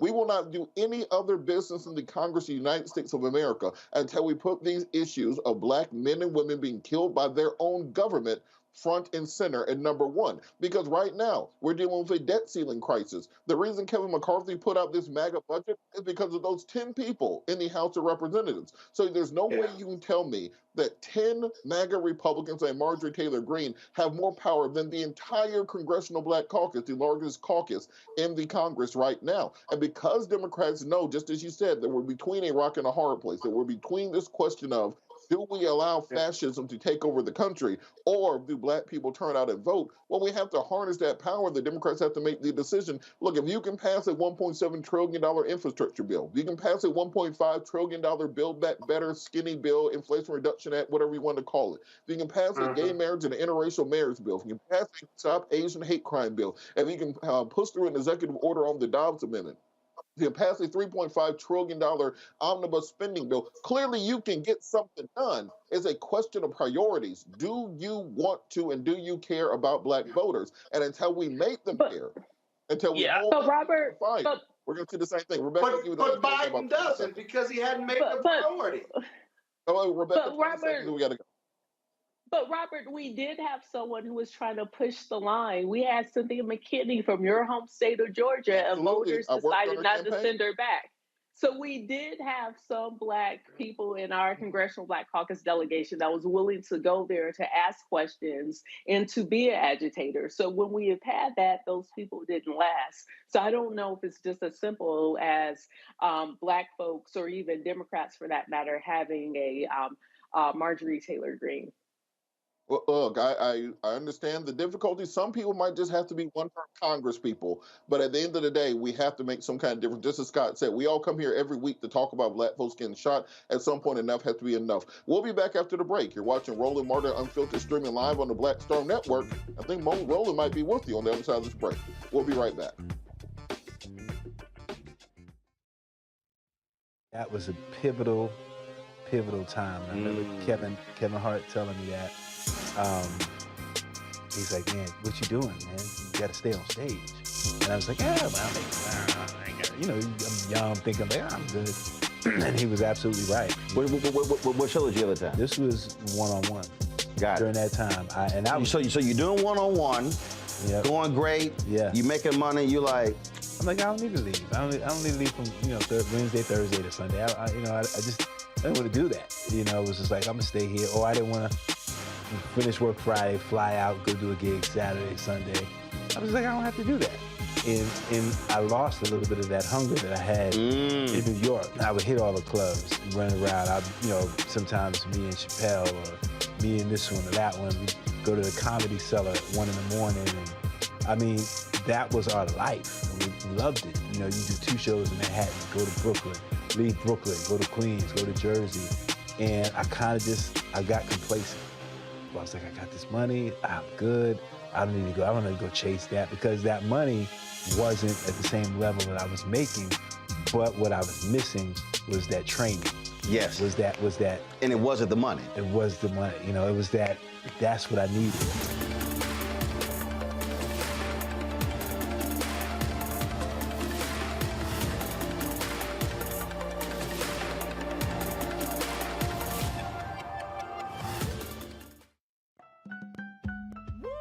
We're all impacted by the culture, whether we know it or not. From politics to music and entertainment, it's a huge part of our lives, and we're going to talk about it every day right here on The Culture with me, Faraji Muhammad, only on the Black Star Network.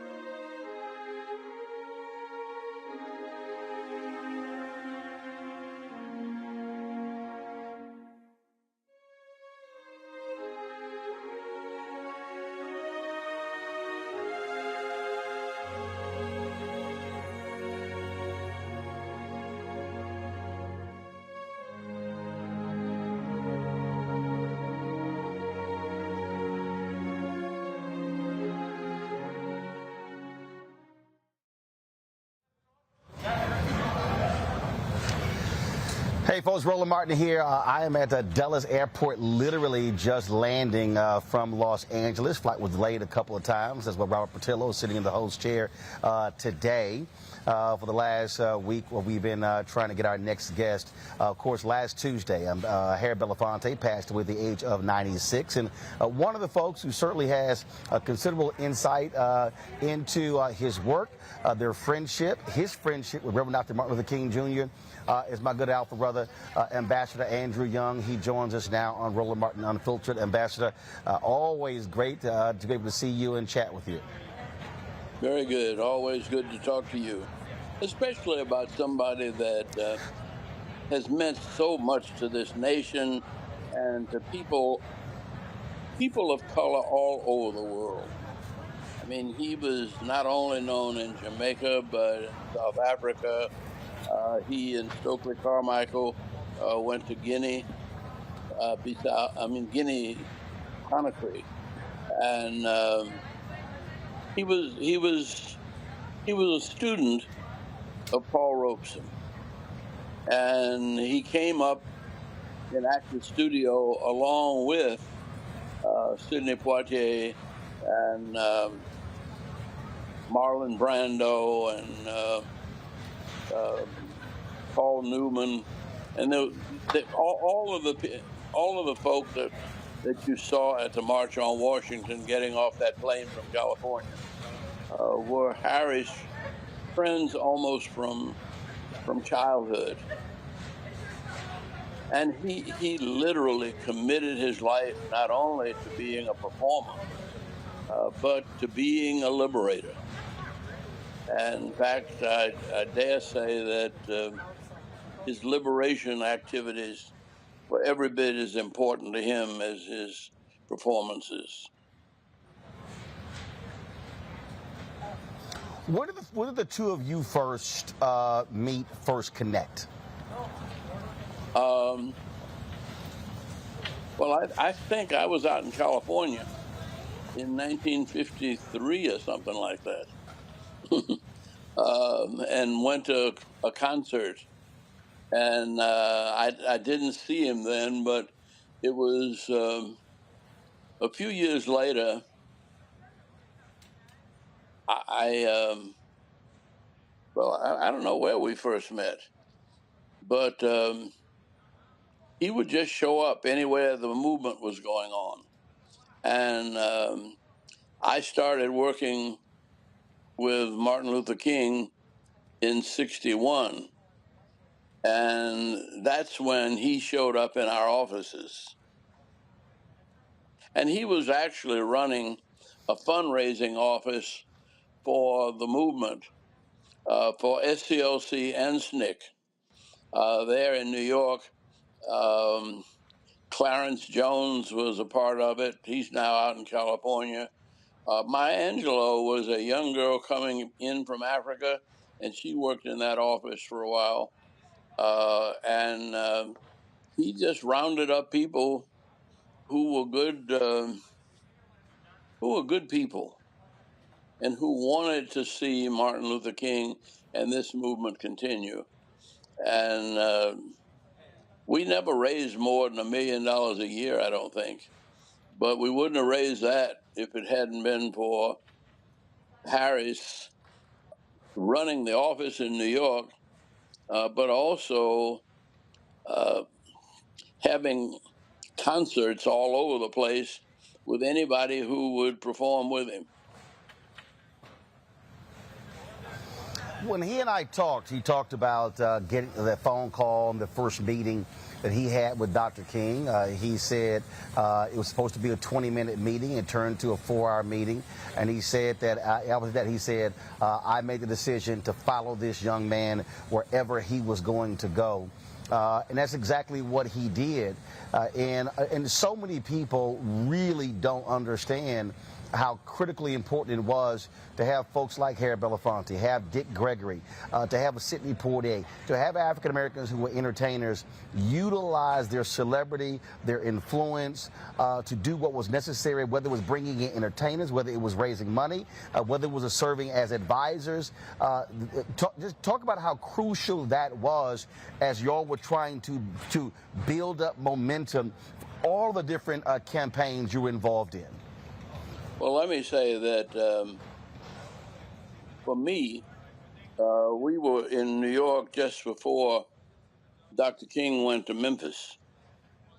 And we were talking about how to get the energy of the movement to sustain itself in politics. And that was the last time they met until Harry showed up at Martin's funeral. But then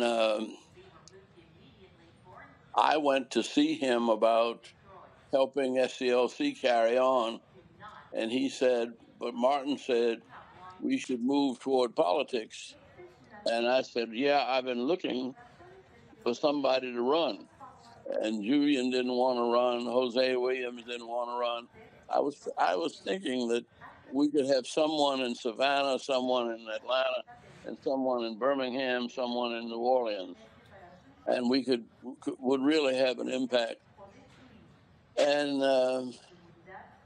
when I said nobody really wants to run, he didn't say any more to me. He turned around and he called his wife Julie, and told her to see if she could find a weekend when Lena Horne and Sidney Poitier and Tony Bennett and any of his friends were in town.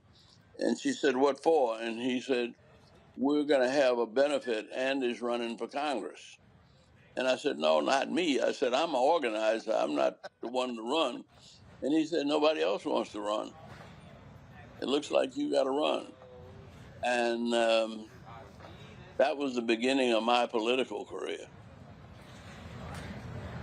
Then he started calling his friends all over the country and telling them that they had to help me. And I got a call from Clarence Avon, whom I'd never heard of. And he cussed me out and said, asked me, was I crazy? Stirring up things down there. And I said, I may be. He said, well, if you're crazy enough to run, I'm crazy enough to help you. And he said, what would you do if Isaac Hayes and Bill Cosby came to town? I said, I'd rent a baseball stadium, but I said, I don't have money enough to even call them on the phone. He said, I didn't ask you for any money. And the next thing I know, 3 weeks later, there were signs going up saying Bill Cosby and Isaac Hayes were going to be at the Atlanta Braves baseball stadium. I mean, it was really magic the way he functioned in politics, in show business, but also with world leaders.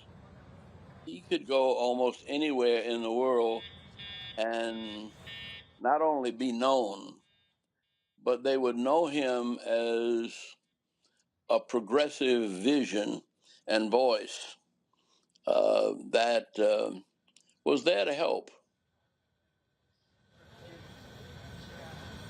The thing that I think is remarkable to that particular point that you just made there is that Dr. King gets murdered, assassinated April 4th, 1968.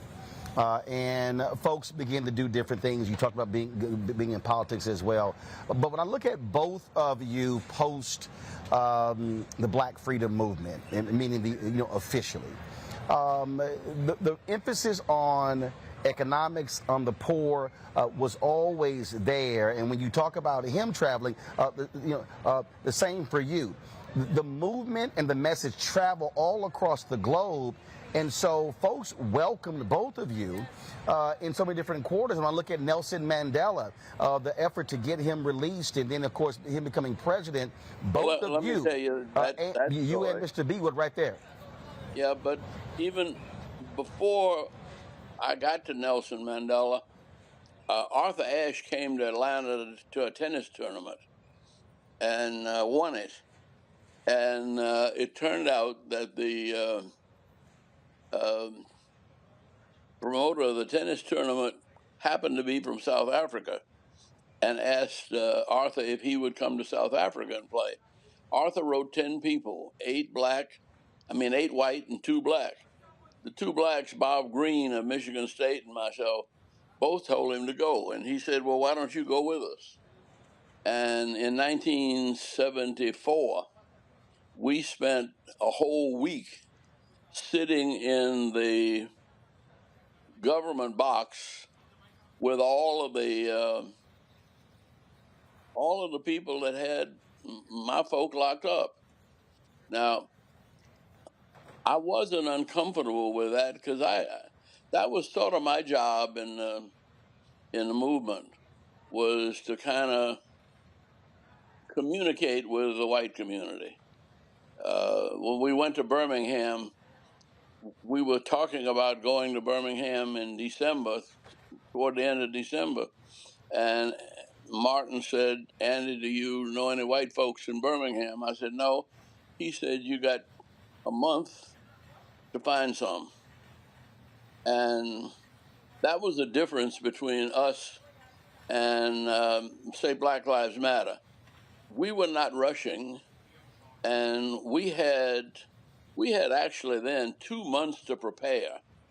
Before there was a demonstration, we had about four meetings with business leaders and clergymen, and we had negotiated basically what we wanted before we had a single demonstration, and it was that kind of patience and preparedness that allowed us to just to stay alive.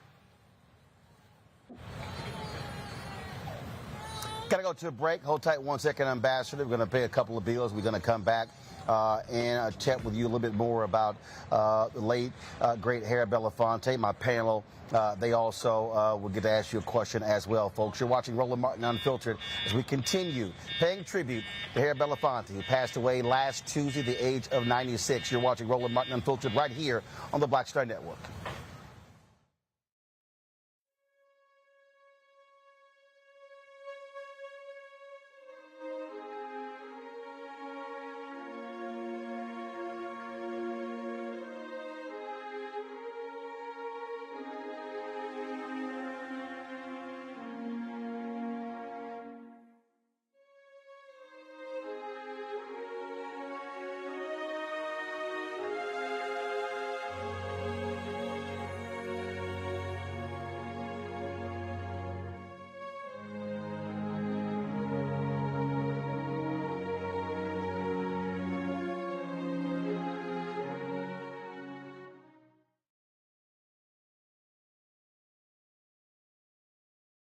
On A Balanced Life with me, Dr. Jackie, what does it mean to actually have balance in your life?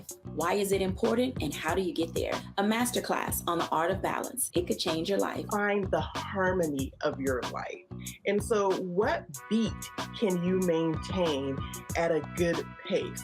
What cadence can keep you running that marathon? Because we know we're going to have, high levels, we're going to have low levels, but where can you find that flow, that harmonious pace? That's all next on A Balanced Life on Black Star Network.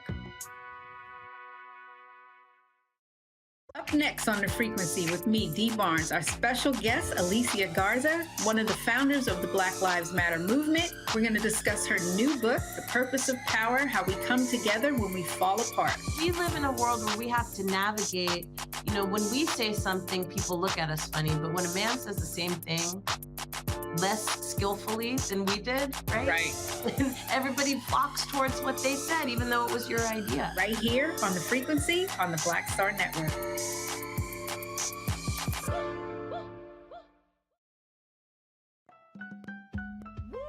We're all impacted by the culture, whether we know it or not. From politics to music and entertainment, it's a huge part of our lives, and we're going to talk about it every day right here on The Culture with me, Faraji Muhammad, only on the Black Star Network.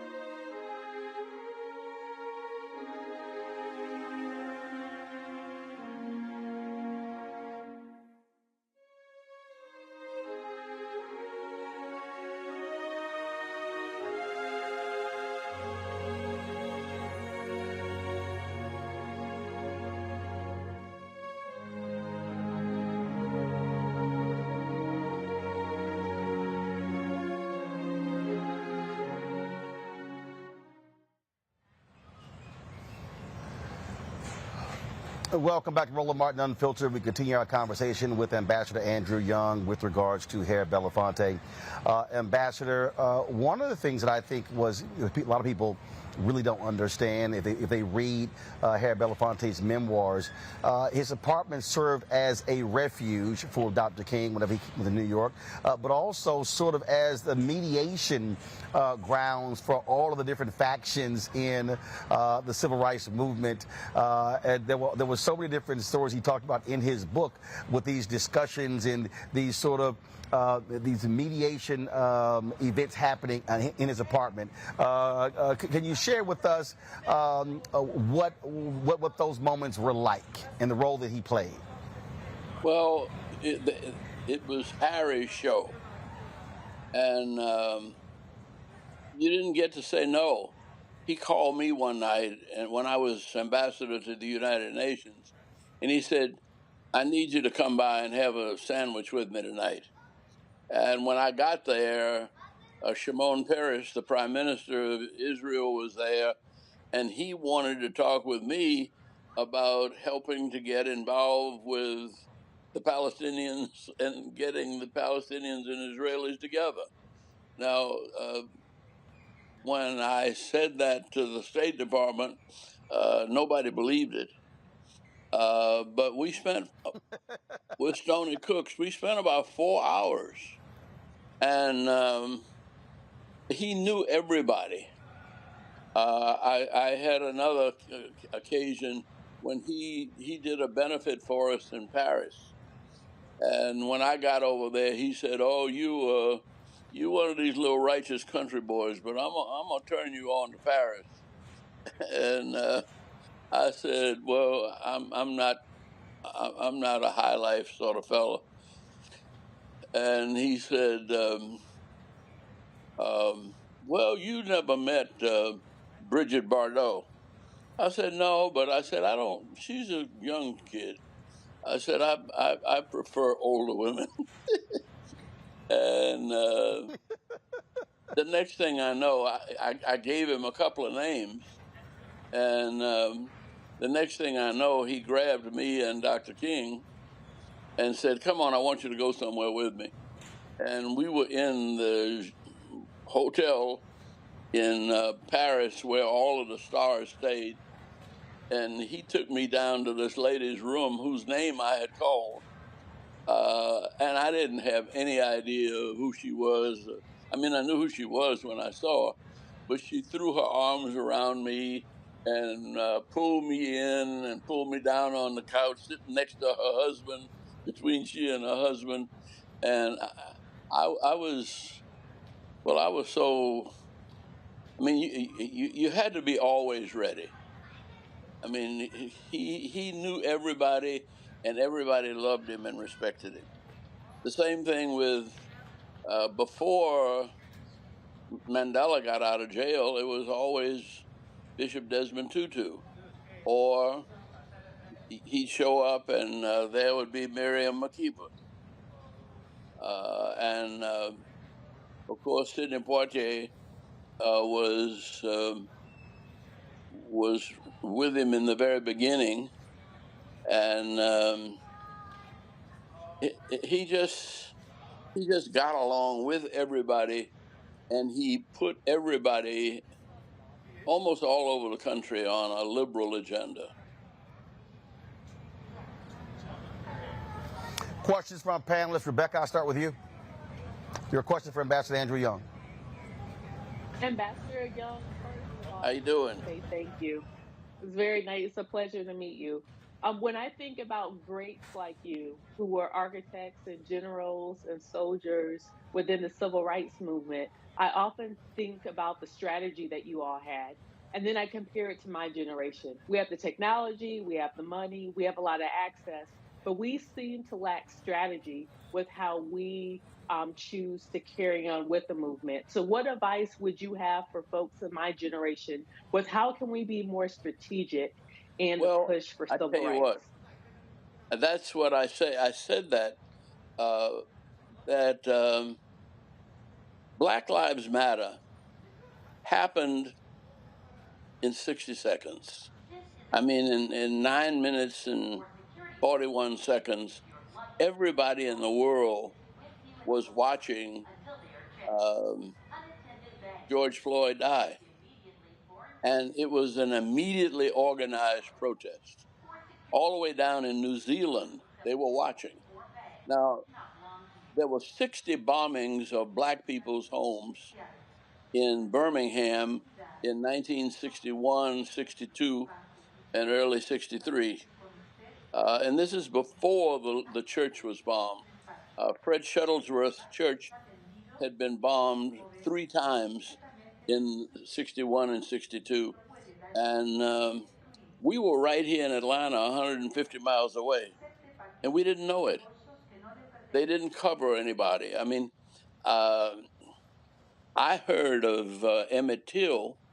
I'm from New Orleans. That's not far from Mississippi, and I drive through that part of Mississippi all the time because my wife was from Alabama.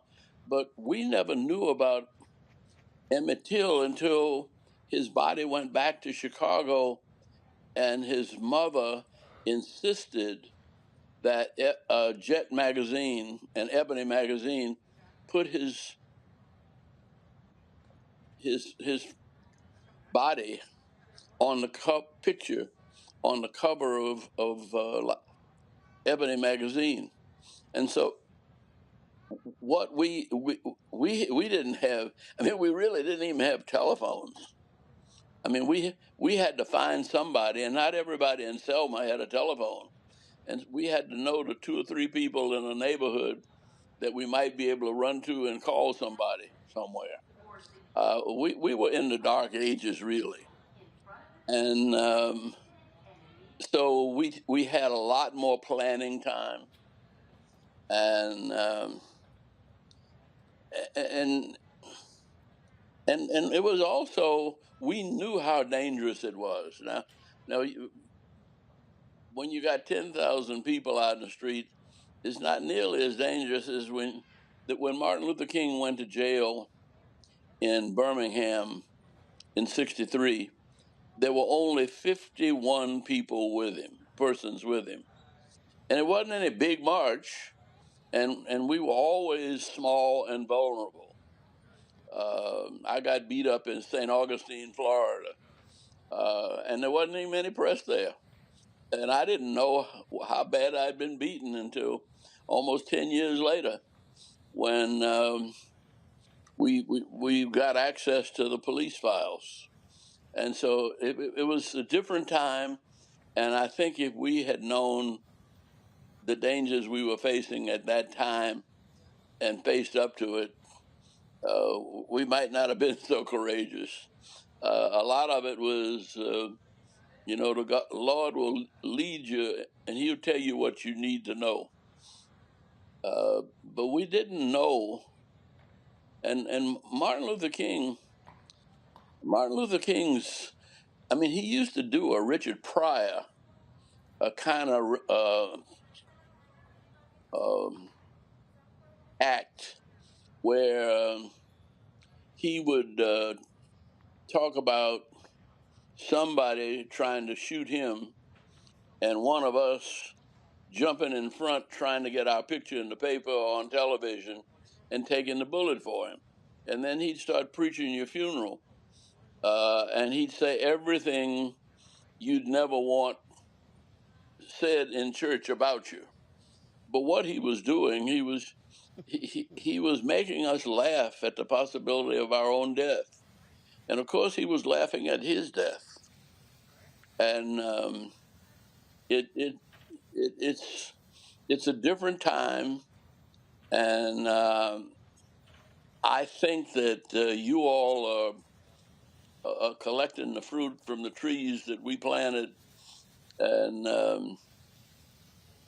I think things are going very well. I really do.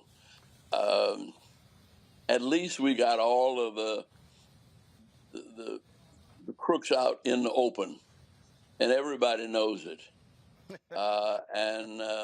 Scott that's the funny one right there, Ambassador. Scott Bolden, what's your question?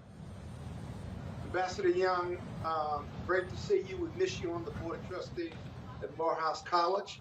But I know you're busy with your foundation. My question to you is, it's so hard for athletes and entertainers to have a consciousness about our Black community and the struggle our community faces. In 2023, who do you see on the entertainment stage that's the next Harry Belafonte that just passed away? You don't know. And I see in a different way.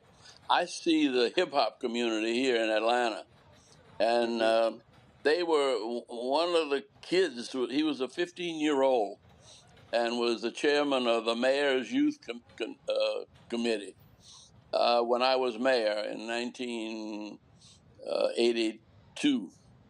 And he's 50 years old now, and he's building low and moderate income apartments, and he's opening restaurants, and he's still performing. He and T.I., Killer Mike and T.I. and others, and Ludacris, and I am very impressed with the fact that they're in business, because the movement was about redeeming the soul of America from the triple evils of racism, war, and poverty. And this is the time that we've got to get out of poverty, and we get out of poverty by making money and reinvesting money in our own communities. The new millionaires are. I went to somebody's house about 2 months ago, and there were 200 people in the basement sitting in chairs. Now that means that's a big house with a big basement. And they were all millionaires. And 95% of them were black. And they were there because the African American Museum in Washington and the Smithsonian was trying to get some black folk interested in supporting our museums. Now, we set out when Maynard became mayor.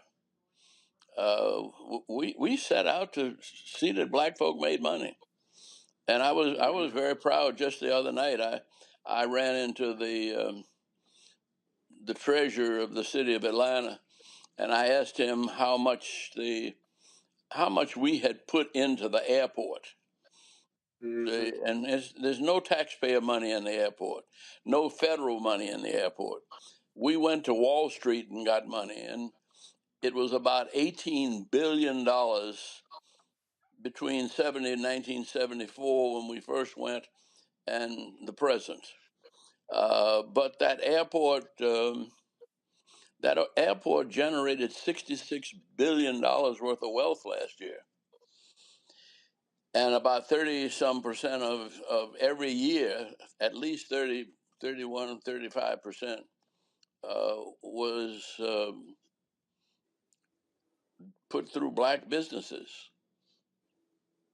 And so we're coming along. Now, the problem is that when we conceived of that airport, we were just about 1 million black folk, about 1 million folk in Atlanta. We now have over 7 million. And we're growing so fast that it scares me. But it's hard to keep us together and organized. And I think that's why we appreciate your television, why I always try to come on Roland Martin's show, because I wish we'd had something like this in the 60s. Well, that's exactly why we created to create the opportunities for this next generation. Robert Patillo, your question, then Larry, and then we'll close it out with the ambassador. Robert Patillo, go ahead. Thank you so much, Ambassador Young, for joining us and providing us the wisdom that you have. Can you talk a little bit about that intersection between the entertainers and the activists as it was during the movement? Because now I think that we have a lot of people in the entertainment industry who see activism as almost a resume builder, something you're supposed to do but they're not passionate about. Can you talk about how the entertainers of that generation were really entrenched in the movement and were really activists who happen to be entertainers instead of entertainers who happen to be doing activism? Well, it's hard to judge because for an entertainer to leave Los Angeles and show up in Selma, never having been in the South, he was taking his life in his hands. And I remember one who, there were 3 or 4 in Selma, and we had put up a stage in a field before we marched into Montgomery, and one of the rocks wasn't balanced, and the stage made a big noise when it leveled itself. And one of the entertainers, and I won't say who, took off across the field, and we never saw him again. And it was scary if you've never been there, because that night, at least 3 people got killed. And so it was nothing to play with. And I don't think Harry, well, I noticed as he approached his final days, he wasn't the least bit interested in carrying on any further. He made 96 years, and he gave himself from, sun up to sundown and early in the morning. And it was a hard life, but it was a good life. And people like Mahalia Jackson and oh, they all of the stars of that time found time to Bill Withers. Bill Withers came down to do concerts for me on 2 occasions. The Motown, they were all part of the movement, and you see it in Marvin Gaye's songs, and you realize that they are singing politics, and that's what it takes. That's what you say. Our culture. That is our culture, and I can remember our culture is also the church, because I can remember one of the times that a couple of stars came down to church, and the preacher who was preaching was from Chicago, but he was in a Baptist church here in Atlanta. And he got up, and all he said was, "I'll lift up my eyes to the hills, from whence cometh my help. My help don't come from the hills. My help comes from the Lord. And all I have to say is, help." And he walked around the church, and he shouted help for about 45 minutes. And by the time he got through, you knew you had been in touch with some Holy Spirit.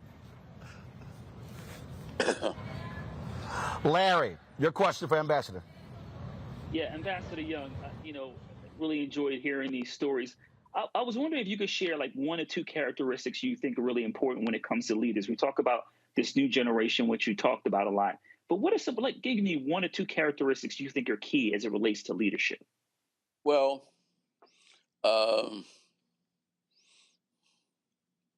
there's a song that they used to sing, "I keep so busy serving my Jesus, I ain't got time to die."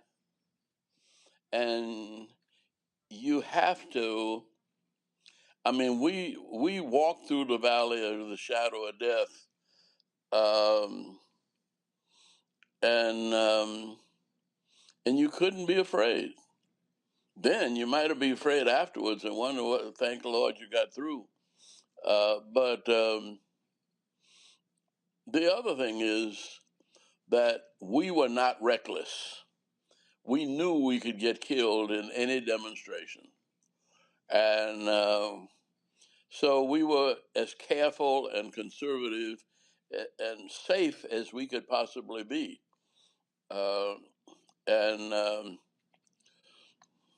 But it's consistent. The other thing is, and this was true of Bevel and Diane Nash and James Lawson in Nashville, they got Gandhi's books, and they got up at 6 o'clock in the morning and had a workshop for the Nashville sit-in movement. And Bernard Lafayette, who's now in Tuskegee, but I mean, it was not something you could do in a moment's notice. We role played, and we tried to find ways to. We knew the dangers, and we tried to find ways to go through the valley of the shadow of death and fear no evil. Well, Ambassador, the one thing that we are appreciative of, we are thankful, and I can say this for all the panelists as well. We are absolutely thankful for Harry Belafonte, what he did all these years. We're thankful for what you have done and continue to do. And when you talked about, needing a platform, wishing you had a platform then, this is why we created this, because I've always said we must tell our own story, control our own narrative, and be willing to speak truth to power when other folks don't like it. And so that's why black-owned media is important. Let me say that. And so we thank you. Yes, I kind of don't like that phrase, speak truth to power. Which phrase? That phrase. Because we are the power. Well, when we speak in truth to power, we got to get the truth down ourselves and be willing to be courageous enough to face the truth and run the risk to shine the light on the lies. It's just, well, I'll tell you what, you're absolutely, we are the power. We also have to remind our folk of what our power is if we're willing to use it. Well, yeah. Now the other thing is, and I don't know about that. The whole drug thing, which is more white than black in Atlanta, but I don't want to see that sort of thing get in the black community anymore. And I don't know. I mean, we survived a little, through the 60s and 70s, and too many people went to jail for too little, and wasted. Their lives were wasted, and many of these were brilliant young people. Well, you're absolutely right. So we're going to continue that battle, and we thank you for sharing your thoughts and reflections regarding Mr. B, an extraordinary 96 years, and we appreciate it, and always good to see you, and I hope to see you next time when I'm in Atlanta. Okay, God bless. Or bump into you somewhere, because you still travel all around the world, so no telling where I might bump into you. Okay, God bless you. All right, Brad, take care. Have a good one. Folks, that is it for us. Footnote, Gina Belafonte, one of Mr. B's daughters, will be joining us Friday to share her thoughts and reflections with regards to her father. Let me thank Robert Patillo for sitting in for me. Scott Bolden, Larry, Rebecca, thanks a lot. Tomorrow, folks, we're going to be juggling tomorrow as well. I'm going to be in New York for the NAACP Legal Defense Fund, their dinner. And so we'll have, not sure who's hosting tomorrow, Carol, let me know. But I'll be, so Reese Colbert is going to be hosting tomorrow. I'll be coming in and out of tomorrow's show with interviews from people live from the LDF dinner there in New York on tomorrow. And so we're constantly moving and grooving. That's what we do here on Roland Martin Unfiltered. Folks, your support for what we do is critically important. If you don't, again, we're out here fighting the battles, and trust me, I am in the trenches every single day, going after these advertisers to support black-owned media. But your dollars are absolutely critical. Our fans have been tremendous since we launched this show on September 4th, 2018, since we launched the Black Star Network on September 4th, 2021. So please support us by sending your check and money orders to your P.O. Box 57196, Washington, D.C., 20037-0196. Cash App, $RM Unfiltered. PayPal is R Martin Unfiltered. Venmo is RM Unfiltered. Zelle, Roland at RolandSMartin.com. Roland at RolandMartinUnfiltered.com. And when I say your dollars matter, literally, folks, our live view, we have two live view LU-800s. That's how I'm able to broadcast from the airport. I simply, again, I knew I couldn't get home in time, so plug the camera up, plug up the live view. This unit, folks, is $18,000. That's what this costs. We have two of them. The rack unit alone, combined between the two units and the rack unit, folks, was about $75,000. And so I'm always being transparent with you so you understand what these things cost, and we have to spend, because of the digital for the data, we spend about $2,000 a month on the data to be able to broadcast anywhere. And so that just gives you an understanding of what the real costs are for what we do here at Roland Martin Unfiltered. Unfiltered, and the Black Star Network. Also, download the Black Star Network app, Apple phone, Android phone, Apple TV, Android TV, Roku, Amazon Fire TV, Xbox One, Samsung Smart TV, and be sure to support us. If you want to watch our 24-hour, 7-day-a-week streaming channel, go to Amazon Fire, click on Amazon News, and you can not only watch this show, watch the other shows on the Black Star Network, as well as the other content that we have. It's 24 hours. It never stops. And so we appreciate you supporting us there as well. And be sure to get a copy of my book, White Fear, How the Browning of America is Making White Folks Lose Their Minds. Available at bookstores nationwide. You can download your copy on Audible. You can also go to Amazon, Barnes & Noble, or Target. Folks, that is it. I'll see you tomorrow right here. Roland Martin Unfiltered on the Black Star Network. How? Folks, Black Star Network is here. Hold no punches. I'm real revolutionary right now. Support this man, Black Media. He makes sure that our stories are told. Thank you for being the voice of Black America, Roland. Stay black. I love y'all. All momentum we have now, we have to keep this going. The video looks phenomenal. See, there's a difference between Black Star Network and Black-owned media and something like CNN. You can't be Black-owned media and be scared. It's time to be smart. Bring your eyeballs home. You dig? Pull up a chair. Take your seat. The Black Tape with me, Dr. Greg Carr, here on the Black Star Network. Every week, we'll take a deeper dive into the world we're living in. Join the conversation only on the Black Star Network. Hi, I'm Dr. Jackie Hood Martin, and I have a question for you. Ever feel as if your life is teetering and the weight and pressure of the world is consistently on your shoulders? Well, let me tell you, living a balanced life isn't easy. Join me each Tuesday on Black Star Network for A Balanced Life with Dr. Jackie. We're all impacted by the culture, whether we know it or not. From politics to music and entertainment, it's a huge part of our lives, and we're going to talk about it every day right here on The Culture with me, Faraji Muhammad, only on the Black Star Network. I'm Deborah Owens, America's Wealth Coach, and my new show, Get Wealthy, focuses on the things that your financial advisor and bank isn't telling you, but you absolutely need to know. So watch Get Wealthy on the Black Star Network.